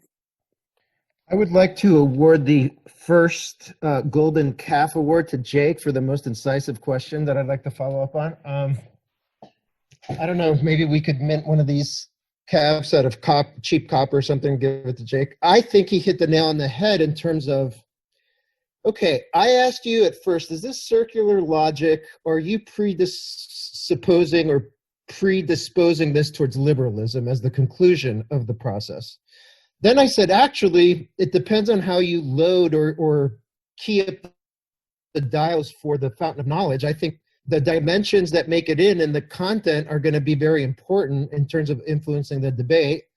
One variable that's not up for debate, you said, is who makes it. Everyone can make it in. It's inclusive, fine. But the one variable that I think is germane and probably material or even dispositive is the content of that fountain of knowledge. But then Jake brings a really good point up, and that's the nature of post-Enlightenment debate, discussion, discourse, deliberation, which itself is woven with the fabric, or interwoven, I don't know what my analogy here, if it's the correct one, with the fabric of liberalism, right?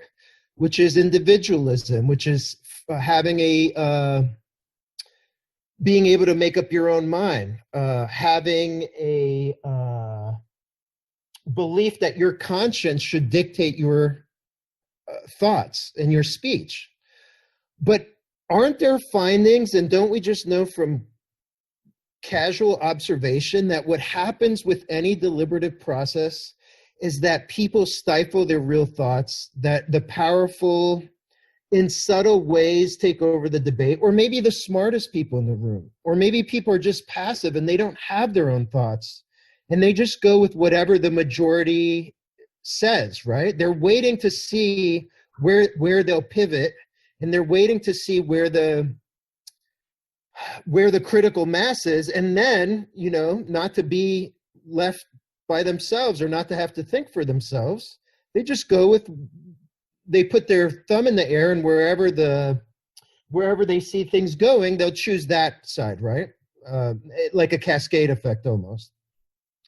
So I do wonder if what Jake is intimating, but a stronger version, is that you almost need something external, and you do need a basic morality or basic values, and those are Enlightenment values. Because without Enlightenment values, these debates go off the rails. Think about what happened in Germany under Hitler and the collaborators, right? Which were everyday people. And think about the kind of discourse they adopted. Even if they were to have followed your rules, if you think of even if you were to involve fountains of knowledge that were external to what was happening, I could see how things would be steered towards the conclusion everybody wanted in the first place, or at least the elite, or at least Hitler, right? Or if you think of communism, they had the Eastern Bloc countries had a history of liberal democracy and Enlightenment values, but they got sabotaged or hijacked. And what you saw was a kangaroo system of deliberation that was supposedly ostensibly democratic. That's what Lenin said it would be, right? Or that's what every communist says, right? Or any authoritarian of any stripe, Gaddafi in Libya, for example, which it's hard to know what ideological persuasion he was of, right? So I do wonder, and this is why the Golden Calf Award goes to Jake, is liberalism at the end of the day the key? And that's what this is about. And you're reverse engineering a system that will arrive, maybe not at the conclusions, but that needs the price or bake in the process, right? For it to work. Otherwise, what do you get? Cancel culture, trolls, populist demagogues, and neo-fascists of all stripes. Anyways, that's a super loaded question, but what are your thoughts? Yeah, a hard question. You and Jake are trying to pin me against the wall, and you may well have succeeded. You know, that critique was made of Rawls as well, in that he was ends up with a defense of essentially kind of welfare state liberalism. And some people said, like, well, that's the result you wanted to get, and so you construct this veil of ignorance, and behind it, with his two principles, you end up with this result. Was the whole thing, your whole theoretical apparatus just designed to get to that result in the first place? So that's a critique of him. I think he could come back and say, well, maybe historically that's how the process emerged, but still, would you accept the principles of his veil of ignorance? And if so, then maybe that does compel you toward a welfare state liberalism as a result. And if the steps of the argument work, well, who cares whether it was constructed in a backhanded way in order to achieve that result? And with mine, it's a little different, because I'm defining a process where I'm, with my fountain of knowledge, I'm wanting to bring all of this forward. And then what happens if people participate on equal terms, and we allow all kinds of personal histories and experiences and works of literature and so on to be part of this process? What do we get after that? Where you might say, but yeah, the very thing that I'm using as my means of getting there, which is the openness, the transparency, having broad protection for civil liberties and so on, I'm wanting that as a condition for the deliberation. You have to allow people to participate without fear of reprisal from the government or from their fellow citizens. And I'm wanting to hold that up as a condition, but maybe those very conditions are actually the result. They're not the conditions. They're a result, and so it doesn't make sense to posit them as a condition, which is partly why I think one of Jake's point is maybe you should say those are the very things that are not up for debate, and you have to kind of posit those as, all right, if we start here, then where do we get as a result? And then I came back and said, well, even if you don't posit them as your starting point, if you actually had them in place, it's really hard to imagine, a Soviet Union situation or a Nazi Germany situation emerging through an actual deliberative process, as opposed to a small group seizing power and then pretty quickly coming up with show trials and gulags and concentration camps and so on. So I think I'm still not sure whether I'm with you guys, but I certainly see your point that with the circularity, and that am I positing a starting point? Am I positing a destination? I think it's like the hardest problem of political philosophy ever. So okay, so by saying that, you're I'm not blaming you for not having, I don't have the answer. Right. So if I don't solve that problem, you'll cut me some slack. Pretty much. No pressure. I can tell you how I'd solve it. Okay, thanks. Let's hear it. I think being upfront that the Enlightenment values, we arrived at them historically, but there is something special about them. And nobody except Immanuel Kant really postulates that there's a metaphysical reason for that. Other people are relativistic, and that's okay. But those values are essential to the process, because without them, I don't see how you arrive at the respect and tolerance and open-mindedness and spirit of charity and inclusiveness and equality that you need in order to have the system run, because otherwise what happens is dissenters are punished, and anyone who has a different way of thinking, anyone who is, you know, off the beaten path or out of left field gets struck down, and they're made an example of. And unfortunately, and I might be wrong, I hypothesize that that's happening. And because it's something that has to be cultivated and nourished and valorized and repeated and inculcated and respected, and it has to be passed on. And it is like any other culture. And this is an empirical question, though. I do wonder if I'm wrong, and you don't need that. But I think Jake is onto something. You either have to bake it in, or maybe you don't. And let's see if with 100 runs, 100 times, you actually get the liberalism to emerge. And you don't need all these dead white guys to have said it. It's actually something that just happens through a process of deliberation, right? Maybe there are corners of the earth where the Enlightenment values have not penetrated, and you run this experiment, and it turns out people have all these values to begin with. And the philosophers and the Enlightenment thinkers were just parroting what was actually natural to us. But it wasn't allowed to blossom because of bad apples, or because of the history of the Iron Age, as you said, or because of scarcity, or who knows what else, right? Anyways, I'll shut up. I want to jump in on that point, actually. I think that this is a really was a fun chapter to read. I apologize I didn't get to more of it, Mark, but it was a breeze to read, and I always envy people when they write things that I can just kind of zip through. But I think after this conversation, I think that the book is actually, or this argument is maybe much more political than I originally thought. And the reason I say that is because of this conversation we keep coming back to. I mean, it's a book about morality, but we keep getting back to kind of democratic norms and these types of things. And then the conversation that came up of totalitarian forms of government, they provide a very different morality, right?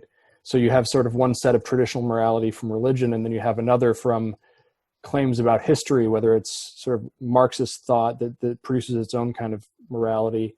And I really think that Victor might be right, that you should come up front about this and say that there is a separate path to morality, but it's only one that can be sustained conditional on sort of certain forms of government and that sort of thing. So that's kind of just my thought on that. But I wonder if you could answer a couple other questions that I had when I read this. And one was, I thought your conversation about morality and science was really interesting. Are there other examples of science as a process that emerged in other parts of the world that did not lead, or that could have also led to a similar type of morality, or is that not really the case? I'm thinking about kind of other non-Western civilizations that had their own scientific breakthroughs and processes and systems of learning. Why is it that they didn't produce the same sort of reason that can be employed to get to this type of morality? Or maybe they did, and I'm just not aware of that. So that's one thing. And then the second is I want to think about this, the question we just had about whether the system would ever vote itself out of existence, which I think is fascinating for a moral question and like a system of morality. And I'm kind of surprised the way the direction went, because when I look at kind of the willingness to abandon democratic institutions in the countries that I study in, sort of the former Soviet Union, the system definitely votes itself out of existence gleefully, as long as the price of oil is high enough. And I wonder, is it possible that if a society engaged in this type of moral conversation with itself and moral deliberation realizes that it has done something so terrible that it has to reckon with, it's just too painful on an individual level, can the system just collapse? Can people just say, no more, I don't want to think about this, I want to appeal to some traditional source of morality that will answer all my questions? I don't know if empirically we ever see that, or if that's something you've foreseen and I'm just missing it. But I'll stop there and just say I think this is really really interesting stuff and enjoyed it a lot. Thanks, Calvin. I appreciate your comments. So I'll take a stab at it. I'm not sure how satisfying a response this will be, but kind of working up through the different parts of what you're saying. So in terms of the development of science, would we see this in other parts of the world? The way I think of, in order for science to really operate, it also requires some of those same preconditions that I think Jake is talking about, and that you have to be able to make claims and defend them with evidence, and be confident that you can do that without the state or even your fellow people in your local community stamping down on you to try to keep you from speaking. And certainly from, say, the 9th century to roughly the 13th century, science was much more developed in the Islamic world than it was in the Christian world. And some of the conditions that existed at that time, where you had a lot of political stability in the Islamic world, and you had a fair amount of cosmopolitan sentiment, especially in the cities, where you had kind of some core Islamic principles that were knitting people together. They weren't so worried about external threats, and you had some intermixing of different kinds of people. And that's the conditions that give rise to science, but those are also the conditions that give rise to civil liberties and to broader political debate, and eventually to kind of democratic processes. Now, obviously, those got cut short at some point in the Islamic world, probably in part because those the threats from the Christian world, as the Christian world gets stronger, is putting pressure on the Islamic world. Then some of those same forces that just a couple centuries earlier were producing these forces, those then back down, and then less movement towards civil liberties, fewer scientific developments, more closing off of publishing and those sorts of things. So I am trying to defend. And back to Victor's point about should I go out and say I'm defending Enlightenment values? I mean, at points I do that in the book, but I want to be careful as well, because I think there's nothing distinctive about particular intellectuals who are working in an Enlightenment tradition, or particular features that happened in certain European countries of going back to Magna Carta and putting restrictions on the king and developments of parliaments, and you had various things in place that give rise to these processes. So they are historically rooted in that respect. But I don't think they're distinctive to the particular places they emerged. It just so happened that certain conditions were in those places, but they certainly weren't always original there. You can take something like religious tolerance, which is an idea that develops out of the Enlightenment, but that also has ancient roots. Pretty much everywhere there was an empire, there was often a desire to preserve religious tolerance in the local regions of the empire. Let each area have their own gods, as long as they're paying tribute to the larger cause. You have the famous Cyrus cylinder. The Persian Empire was very good for religious liberty, and that's preserved in the Bible as being the Persians freeing the Jews from the Babylonian captivity. So you can have conditions that give rise to processes in different parts of the world. So I want to be a little careful about overtly identifying with the Enlightenment, just because a lot of people, they immediately start thinking, oh, that's parochial, that's just Western European, whereas I'm trying to defend processes that I think did happen to arise there, but not for anything that's unique to them. It's just that's where the conditions happen to be in place. But as far as Calvin's point about going back to voting the system out of voting the system out, essentially, this is a tricky thing, because something that we know as political scientists, the vast majority of the people, the vast majority of time, they're not all that engaged in politics. They're not really doing the deliberation that I'm talking about. They're feeding their families. They're just trying to live. They're just trying to survive.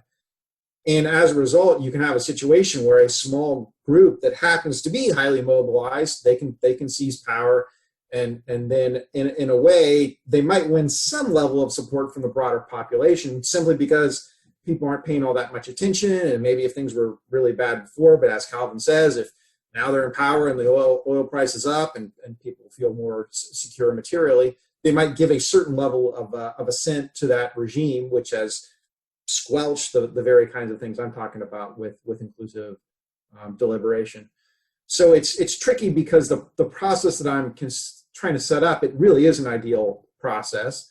And as a practical matter, if you have individuals who most of the time aren't really engaging in that process, they're just trying to live their lives and survive, that process can therefore be taken over by a small group and essentially overturned. So that would be kind of my basic account of how you get the democratic backsliding that we've had in many places. So that's at least a partial attempt to get at Calvin's points, but I appreciate you bringing all those up. That's great. Thanks, Mark. Yeah, thank you, Mark. James. Yeah, Mark, I'm kind of picking up on this in Victor's comments. I think one of the things that in kind of defending the Enlightenment or not and the sort of controversy around that, I mean, one thing that I think helps your argument is that if you want to say the West is so unique in giving us the Enlightenment, okay, fine. Let's say that's true. The West also gave us Marxist-Leninism and fascism.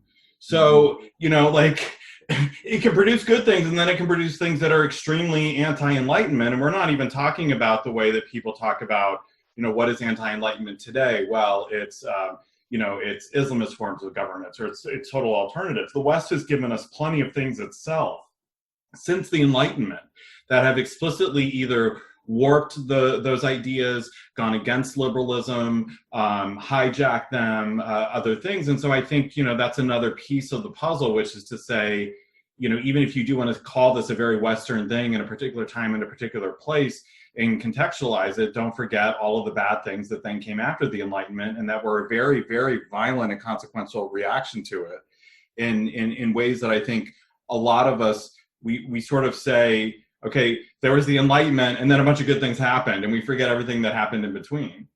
Mm-hmm. Yeah, I like the way you put that. And I try to do something along the lines of what you're talking about in my sixth chapter of the Achieving Moral Progress one, where I do talk about the rise of the Soviet Union and the rise of Nazi Germany. And I try to just like zero in on the part of that story that's most directly relevant for what I'm doing, which is precisely the closing off of inclusive deliberation. So in both of those situations, you get someone seizing power. What do? They start clamping down on civil liberties. They start, you know, jailing opponents. You know, you get gulags and concentration camps, and so they're preventing people from participating in the kind of dialogue that I'm talking about. And I like the way James puts that you know, you can't talk about, if you want to praise the Enlightenment, okay, and you somehow want to link that to the West, well, you need to be real careful that you also link that to other things such as slavery, such as Marxism, Leninism, such as you know, other kinds of racial injustice, fascism, and so on. And so because those things they're so fraught these days, I just rather not wade into that whole area, and I just rather focus on you know, if I just talk about inclusive deliberation, I think I'll probably draw more people in. But if I were to say go Victor's route and kind of push inclusive deliberation to the side and say, no, I'm talking about Enlightenment values, the second you make that move, a bunch of people are on your back. And I actually think there's not that much difference between inclusive deliberation and Enlightenment values properly understood. But because it's such a flashpoint of controversy, I just rather not go there. And you know, why expose your left flank when you don't have to, essentially? Well, I think to your credit, in your discussion of Hobbes, Locke, and Rousseau, I think you sort of do it, you know, sotto voce. I mean, I think you do sort of say, okay, what about this are you taking? What about it are you kind of adding, or how is it different, without having to wade too deeply into it? But it just seems to me that if we want to talk about the Enlightenment or we want to talk about modernity in the West, that's always the thing that people seem to forget in that conversation, which is that the West in the modern era has given us things that are the rejection of the Enlightenment explicitly. Mm-hmm. So anyway, just something to think about going forward. Thank you, James. Victor, do you have anything to add?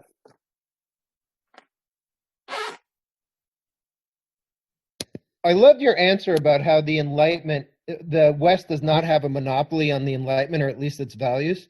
If you think about Europe, it's a complete construction. It's an invented entity. It makes no sense. Where did the Enlightenment values come from? The ancient Greeks, the Romans, right? Which means they came through the Arabian Peninsula and North Africa, right? So everything is a mixed jamboree or jamboree or whatever, and these fictional, stupid, abstract categories people create are a part of the problem. To have true reverence to the Enlightenment is to have reverence to our ancestors in the great civilizations of North Africa, of the Arabian Peninsula, and of Proto-Europe, which is not a thing. It's an invented thing. The Greeks, the Romans, the North Africans that colonized southern Italy and Spain and even France, and the Muslim imperial caravans that went through there over centuries. How is that European? You know? So I think you should write a different book, and I'll co-author it with you, and maybe a bunch of us will, on how this is just a BS thing anyways, and it gets politicized. But the reality is that we're all drinking out of the common tit, or teat is the right word in polite company, of the same cultural forces that are thousands of years old, right? Right. So I think the Enlightenment belongs to everyone, and to say it's a bunch of white guys or this or that is to demean the actual sources which go way precede them. And I would say, again, North Africa and the Arabian Peninsula have a huge impact, if not dispositive, on what happened, right? Like you said, where was science happening? If we talk about the scientific Enlightenment, it was the Arabs who gave us everything we needed, including logic and algebra and everything else, right? And a lot of empirical findings. Or the philosophy invented by the Greeks, but they had all these influences from Alexander the Great and all these other places in their neighborhood, right? Which is not European in the modern sense. So anyway, sorry about that rant. No, I appreciate the rant. One like contemporary manifestation of this that comes up sometimes is, say, over discussions of women's rights, women's roles in society, in, say, quote, the West versus, quote, the Muslim world.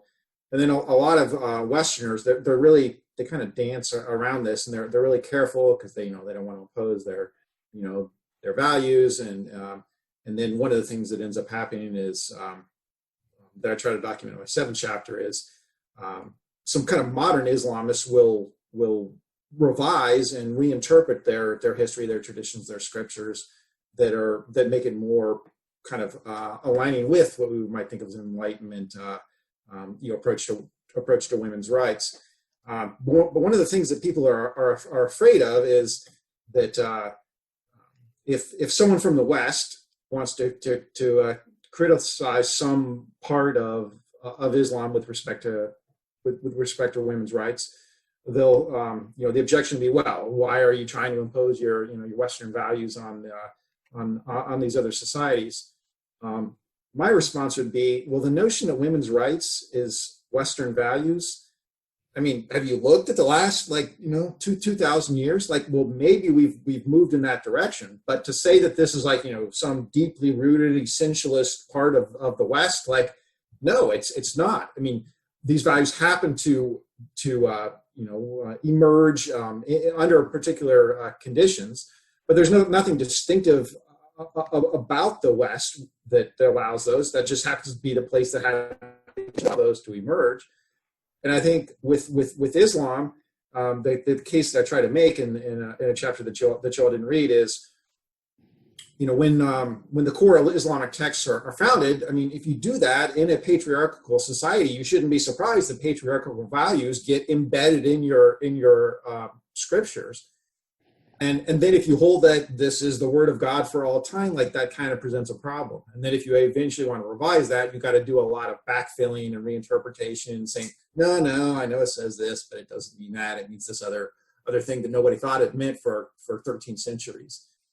And so throughout this whole thing, I don't want to get derailed into Western values, Eastern values, Muslim values. I'd rather just talk about values and what would people, if you allowed them to to deliberate, what kind of system would they arrive at? And to the extent that we can try to approximate that and get some insights from it, we should draw those insights, but without getting bogged down into labeling something as Western values or Enlightenment values and something else as non-Western values.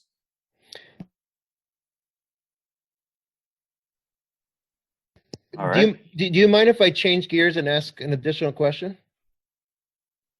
First of all, how much gas do you still have in your tank? What do you mean, gas in my tank? Like, could we keep going? I don't know. What are our ground rules here? What should we do, guys? Huh? Should we keep going or not? I've got gas in my tank. I don't want to obligate anyone to stay if they've got other stuff going on. Like, that's just. I think the Zoom norm is people are in, but if they have to leave, like, they just leave, and that's just the way it goes. Nobody has to. Victor, we can also stop recording if you want. I actually think we're on a roll. By the way, this has exceeded my expectations about how riveting this has been and interesting Cool. and engrossing. Yeah, I'm glad to hear that. So I got plenty of gas in my tanks, but none of you should feel obligated to stay, because it's like I said at the outset. I was born once, I got married once, I'm eventually going to die. And this is one of those other cases where people are paying attention to me and only me. And, I kind of like it, but I don't want to obligate you all to stick around at my funeral longer than you have to, or my talk longer than you have to either. You could do the roast of Mark Smith if you want to, and have the fifth occasion on which we talk about you. We should do that, I feel. Everyone should get a roast. Actually, let's incorporate that as part of this podcast series, Nick, if we keep going with this. Everyone also gets a roast, because we know a lot about each other at this point. Is it going to be a separate event, though, or is it incorporated in the... It could be at the end of any of these or separate. I leave it to you as the MC to decide. I think we'll make it a separate event. These roasts are out of fashion, though. They were big, like, I don't know, everything in the 90s was big is now gone, or is it a 2000s thing? I don't know, but we'll bring it back.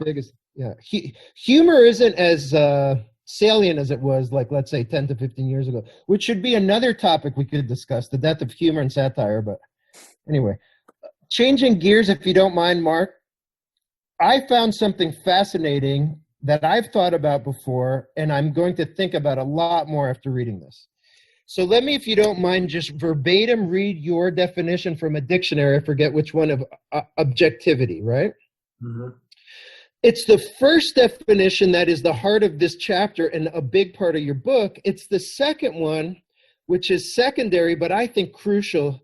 And let me make my point after I read this. So you say of objectivity, it has two elements. The first is of a person and his or her judgment, not influenced by personal feelings or opinions, in considering and representing facts, impartial, detached. Which ties in very well with your deliberation idea, with the fountain of knowledge, with the original position and the veil of ignorance and all the like, right? Right. And it also ties in with what a lot of Christian apologists and apologists of other religions have in mind when they think of objectivity. But they also have the second element in mind, and you often say they conflate the first and the second element. So what is the second element? External to or independent of the mind. Right? Mm-hmm. And you shy away from number two. You say, I'm not going to make the basis, the number two, the basis of my morality. For good reason. That is about metaphysics. It's about things that transcend our material existence, right? Right. Or even if it's not, what does it even mean if it's not about divine revelation or faith or what have you, right? And then you say, again, let me just repeat, that Christian apologists, they toggle between 1 and 2, right? When they're defending the Bible or theology. Yep. So they say, sometimes they say, oh, we're going to say that Christian theology is objective in terms of not influenced by personal feelings or opinions. It comes straight from the Bible. But then you say in some parts that they make their justification as if it's an external or independent thing from God, I guess, right? Mm-hmm. So my question to you is about number two. Isn't number two important for number one? Like, how can you divorce them? Because it seems like what number two gives number one is authority and arbitration and adjudication that helps to deal with a lot of the uncertainty and instability that you get from human existence if we just allow humans to make up their mind about everything, right? So it's that external thing. And I think the last time we talked about your book a few months ago, or was it now a year ago, we brought this up about this arbitration process that is created by God and divine revelation or whatever, right? Any system that has an external device. So what do you make of number 2? Why have you shied away from it? Is it impossible to have a number 1 without a number 2? To discipline the number 1? Right.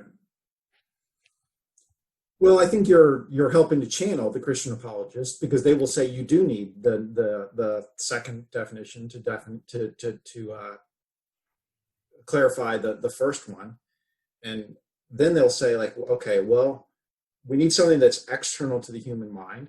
What's out there external to the human mind? Well, it has to be God then, right? Because no human beings can ever be external to the human mind. So if we have to transcend human beings, then who's the transcender? Well, that takes us straight to God. And then once we have something external to the human mind, now that's not a human being. So therefore, the God is not vulnerable to all the biases and the various things that would feed into the first definition. And so God is always impartial. God is always, fair-minded and so on. Whereas individual human beings can't be objective in the first definition, because we're always limited and we have experiences, and the apologists would say we have original sin and lots of other things. So the apologists are going to want to link the two definitions. And as you say, my case kind of hinges upon me being able to separate them. Now there are some people, and you say, like, well, maybe I should just embrace the second definition and try to fold my second definition under humanism, under inclusive deliberation, and say I can do that. And there are other people that have tried. I'm not entirely persuaded they succeed. Maybe you could think of some kind of like Platonic realm. So a Platonic realm isn't necessarily a divine realm, but it's external to the human mind, in that Plato thinks that these things like really exist out there in a metaphysical sense, the forms, and then we have imperfect human and practical representations of them, and we might be able to at various times get closer to those forms. So I'm kind of somewhat sympathetic to that argument, but I'm trying not to really hang it on it. I kind of want to say, well, if I can just hang it on the first definition, then I succeed. And yeah, maybe I could try to hang it on the second definition as well, but I'm trying to make the point that I don't need the second definition. So to those Christian apologists who would say, well, if we don't have the second definition, we therefore don't have the first, I say, why? I mean, okay, so we're all biased. Individually, we can't be objective. Okay, I accept that. But how about if each of us, with our own different experiences, our own biases, our own immutable characteristics, if even though we have all these biases, we can still reach a consensus on something, then that very consensus is beyond all of our own individual biases. And I then try to claim, well, and on some things we actually do seem to have reached a consensus on those, despite the fact that we have all of our biases. And that's what leads me then to say, you got this basic morality that seems to exist even without the deliberation across societies. And then we have the inclusive deliberation that allows us to improve upon the basic morality, to basically add additional elements to it. So I think you're right. My case does hinge upon me being able to separate out that first definition from the second. And I hope I succeeded in doing that. I'm certainly trying to do that. It would be a weakness of the project, though, as you say, if someone's going to come back and say, like, well, no, you haven't really succeeded in separating those two definitions, and you really need something external to the human mind in order for us to get impartial and detached and stripped of bias. Makes total sense. Yeah, I see the instrumental reason for it, and also, the personal reasons and what have you. I guess a final comment on this. I do wonder, though, if there's something about humans in terms of hungering for that. just like people make the argument that constitutions are legitimate because they seem to emanate from some force beyond just normal politics, right? Or just the dressings or trappings of a constitutional convention, or something that tries to be outside of the mundane elements of the struggle over your self-interest and self-regard and all that. This is an empirical question, and who knows? But I do wonder if there's something about that, and that's what the Christian apologists are tapping into sometimes. Yeah, I think you're right about that. There's a certain part of the population that they really just don't want to engage these questions deeply. They'd rather have the sense that, look, it's all been settled. And it's really convenient if there's a God out there who settled it, because, okay, well, God figured all this stuff out, and our job is just to obey. And for a certain kind of person, they might like that. It gives them comfort. So I'm okay with those people being out there, and actually I'm okay with them also being part of the deliberation, because I think what's going to end up happening in practice is they're going to grab upon parts of the consensus. They're going to say, no, this didn't actually result from deliberation. This is what my God taught all along. So that's part of my argument of, linking back to my earlier book of the religious positions catching up to the culture. So they'll grab things that were the result of this deliberation, and they'll say, well, this was actually in our scriptures. It's just people misinterpret it for 1,800 years or 1,300 years or whatever.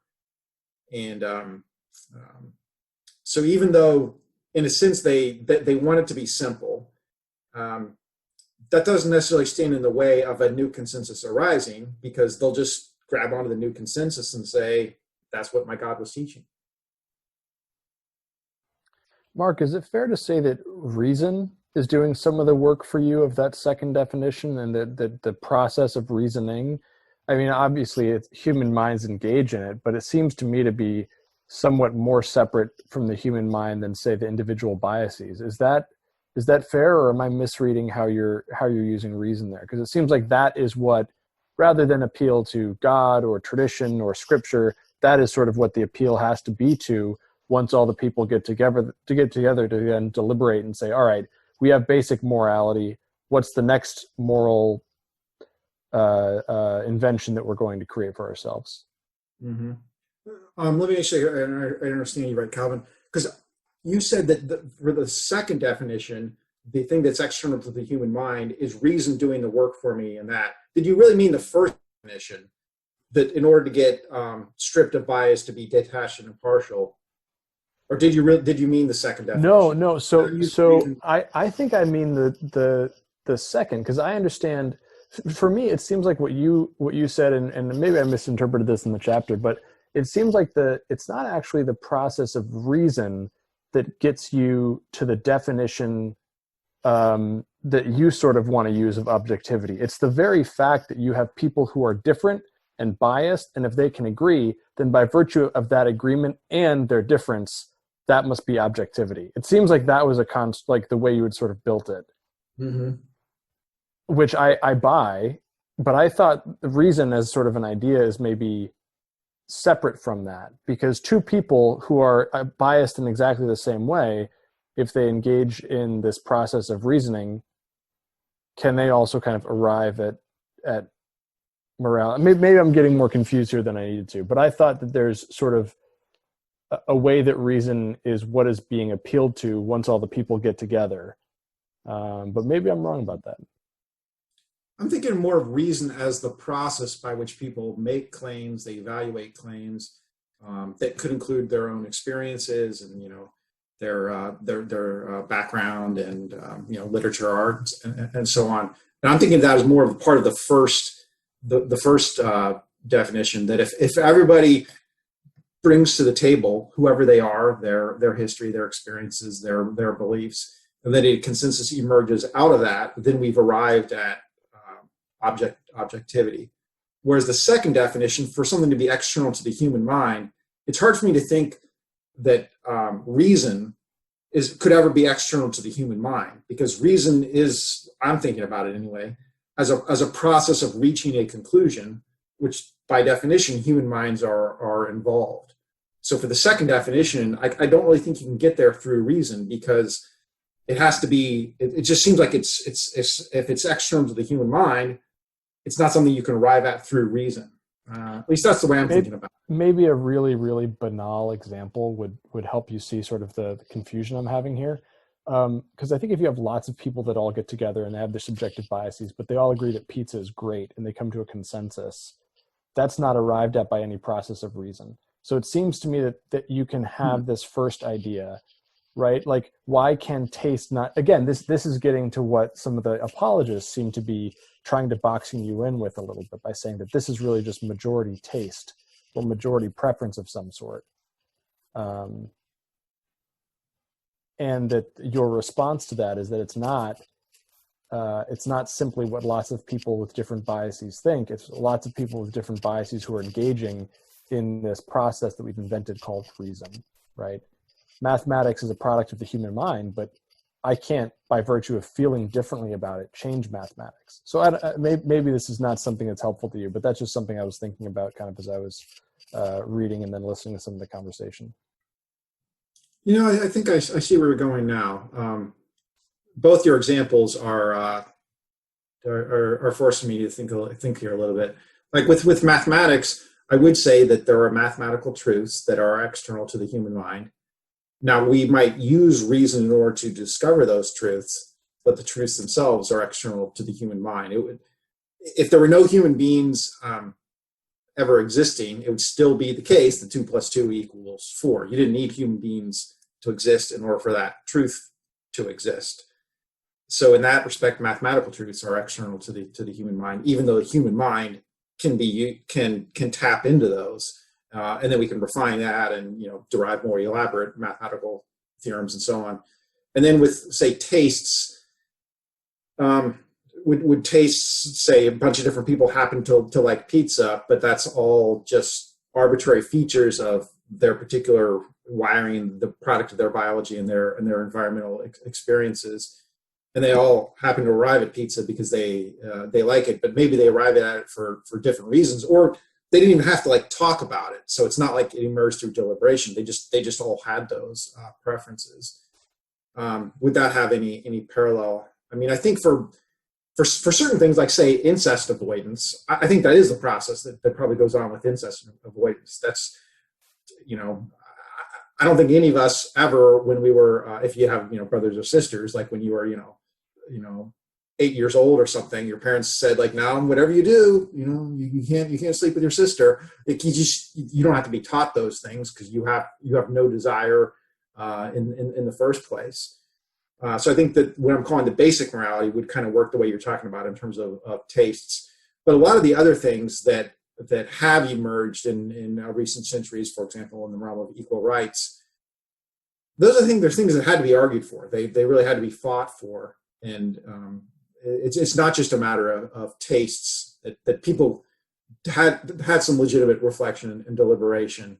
And so those things, we did arrive at those through reason, as opposed to us just tapping into truths that were already existing out there. Now, I do want to say that the truths exist out there, because if we follow the deliberative process, we will arrive at those truths. But I don't want to say that they're external to the human mind. Well, I'm not sure. Maybe I do. This is tricky. It's tricky. I'm glad you're raising the issue, and even if I can't resolve it here on the spot, maybe I'll continue to think about it and hopefully resolve it at some point in the future. Well, I know it's going to be bugging me for a while, so hopefully there's some food for thought for you. Thanks again. This has been really great. Yeah, thanks, Calvin. I appreciate those comments a lot. That's probing, making me think. That's a good thing. Nick, do you have any final things on your mind? Yeah, so risking to open a whole another can of worms, I think that we touched on previously. I think my first question would be, to what extent do you feel like something like inclusive deliberation is being realized currently, say in the US? Well, I think that the trend over the last few years has been the deliberation has become more inclusive but less deliberative. Mm-hmm. Okay. So a lot of people who've historically been shut out now are able to speak. But that is going on at the same time as the rise of tribalism and polarization, and increasingly people are just speaking to those who already agree with them. And I think we have fewer outlets that exist that really do try to speak to a broad audience. Back in the days of three major networks, you had kind of a sort of elite consensus-driven news model that very much served to keep a lot of voices out of the dialogue. But on the other hand, it did mean that there were some conversations going on across various lines. Whereas now what happens is a lot of the very people who were shut out of that older media environment, well, now they can go on social media and they can connect up with some like-minded people. They can find their peeps, so to speak. So I think the whole process is becoming more inclusive in the internet age, but it's becoming a lot less deliberative because people just don't want to engage anymore across lines of difference, at least of ideological difference. Yeah. And so the whole thing is becoming less deliberative. I see. I mean, I think that you can make a very strong argument, as you do, right, in exactly that direction. But it seems that there's an awful lot that can go wrong, right? When you posit that, well, the ideal point that we want to get to is this inclusive deliberation, right? Where everyone sort of says, okay, well, I'm going to put myself in the other person's shoes, and then we have this back and forth. We really try to inform our opinions in some way. But as you say, right, as you increase the amount of people that you allow at the table, maybe that makes deliberation even more complicated over time, right? So to some extent, or do you think that this is some sort of ideal that can never actually be realized in what I'm trying to probe you on is, like, to what extent does this have real political implications, what you're saying? Mm-hmm. I do think it's an ideal that can't ever be realized, but we can get closer to it or we can be further away from it. Of course.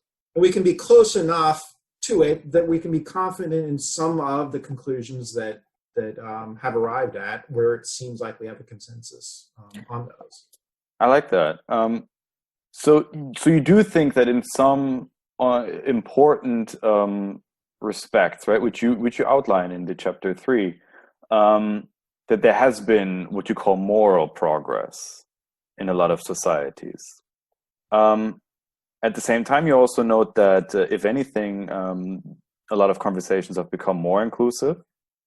Right. What I would want to know is, how do you explain the return of a lot of quote unquote bad ideas, right? Sort of things that we thought we had overcome, right? James earlier mentioned John Gray, which I'm not sure if you're engaging with John Gray's ideas at all, but he's effectively arguing that human history is cyclical, right? Like, maybe there's some progress in moral terms, political terms for some period of time, but ultimately, humans don't really change, right?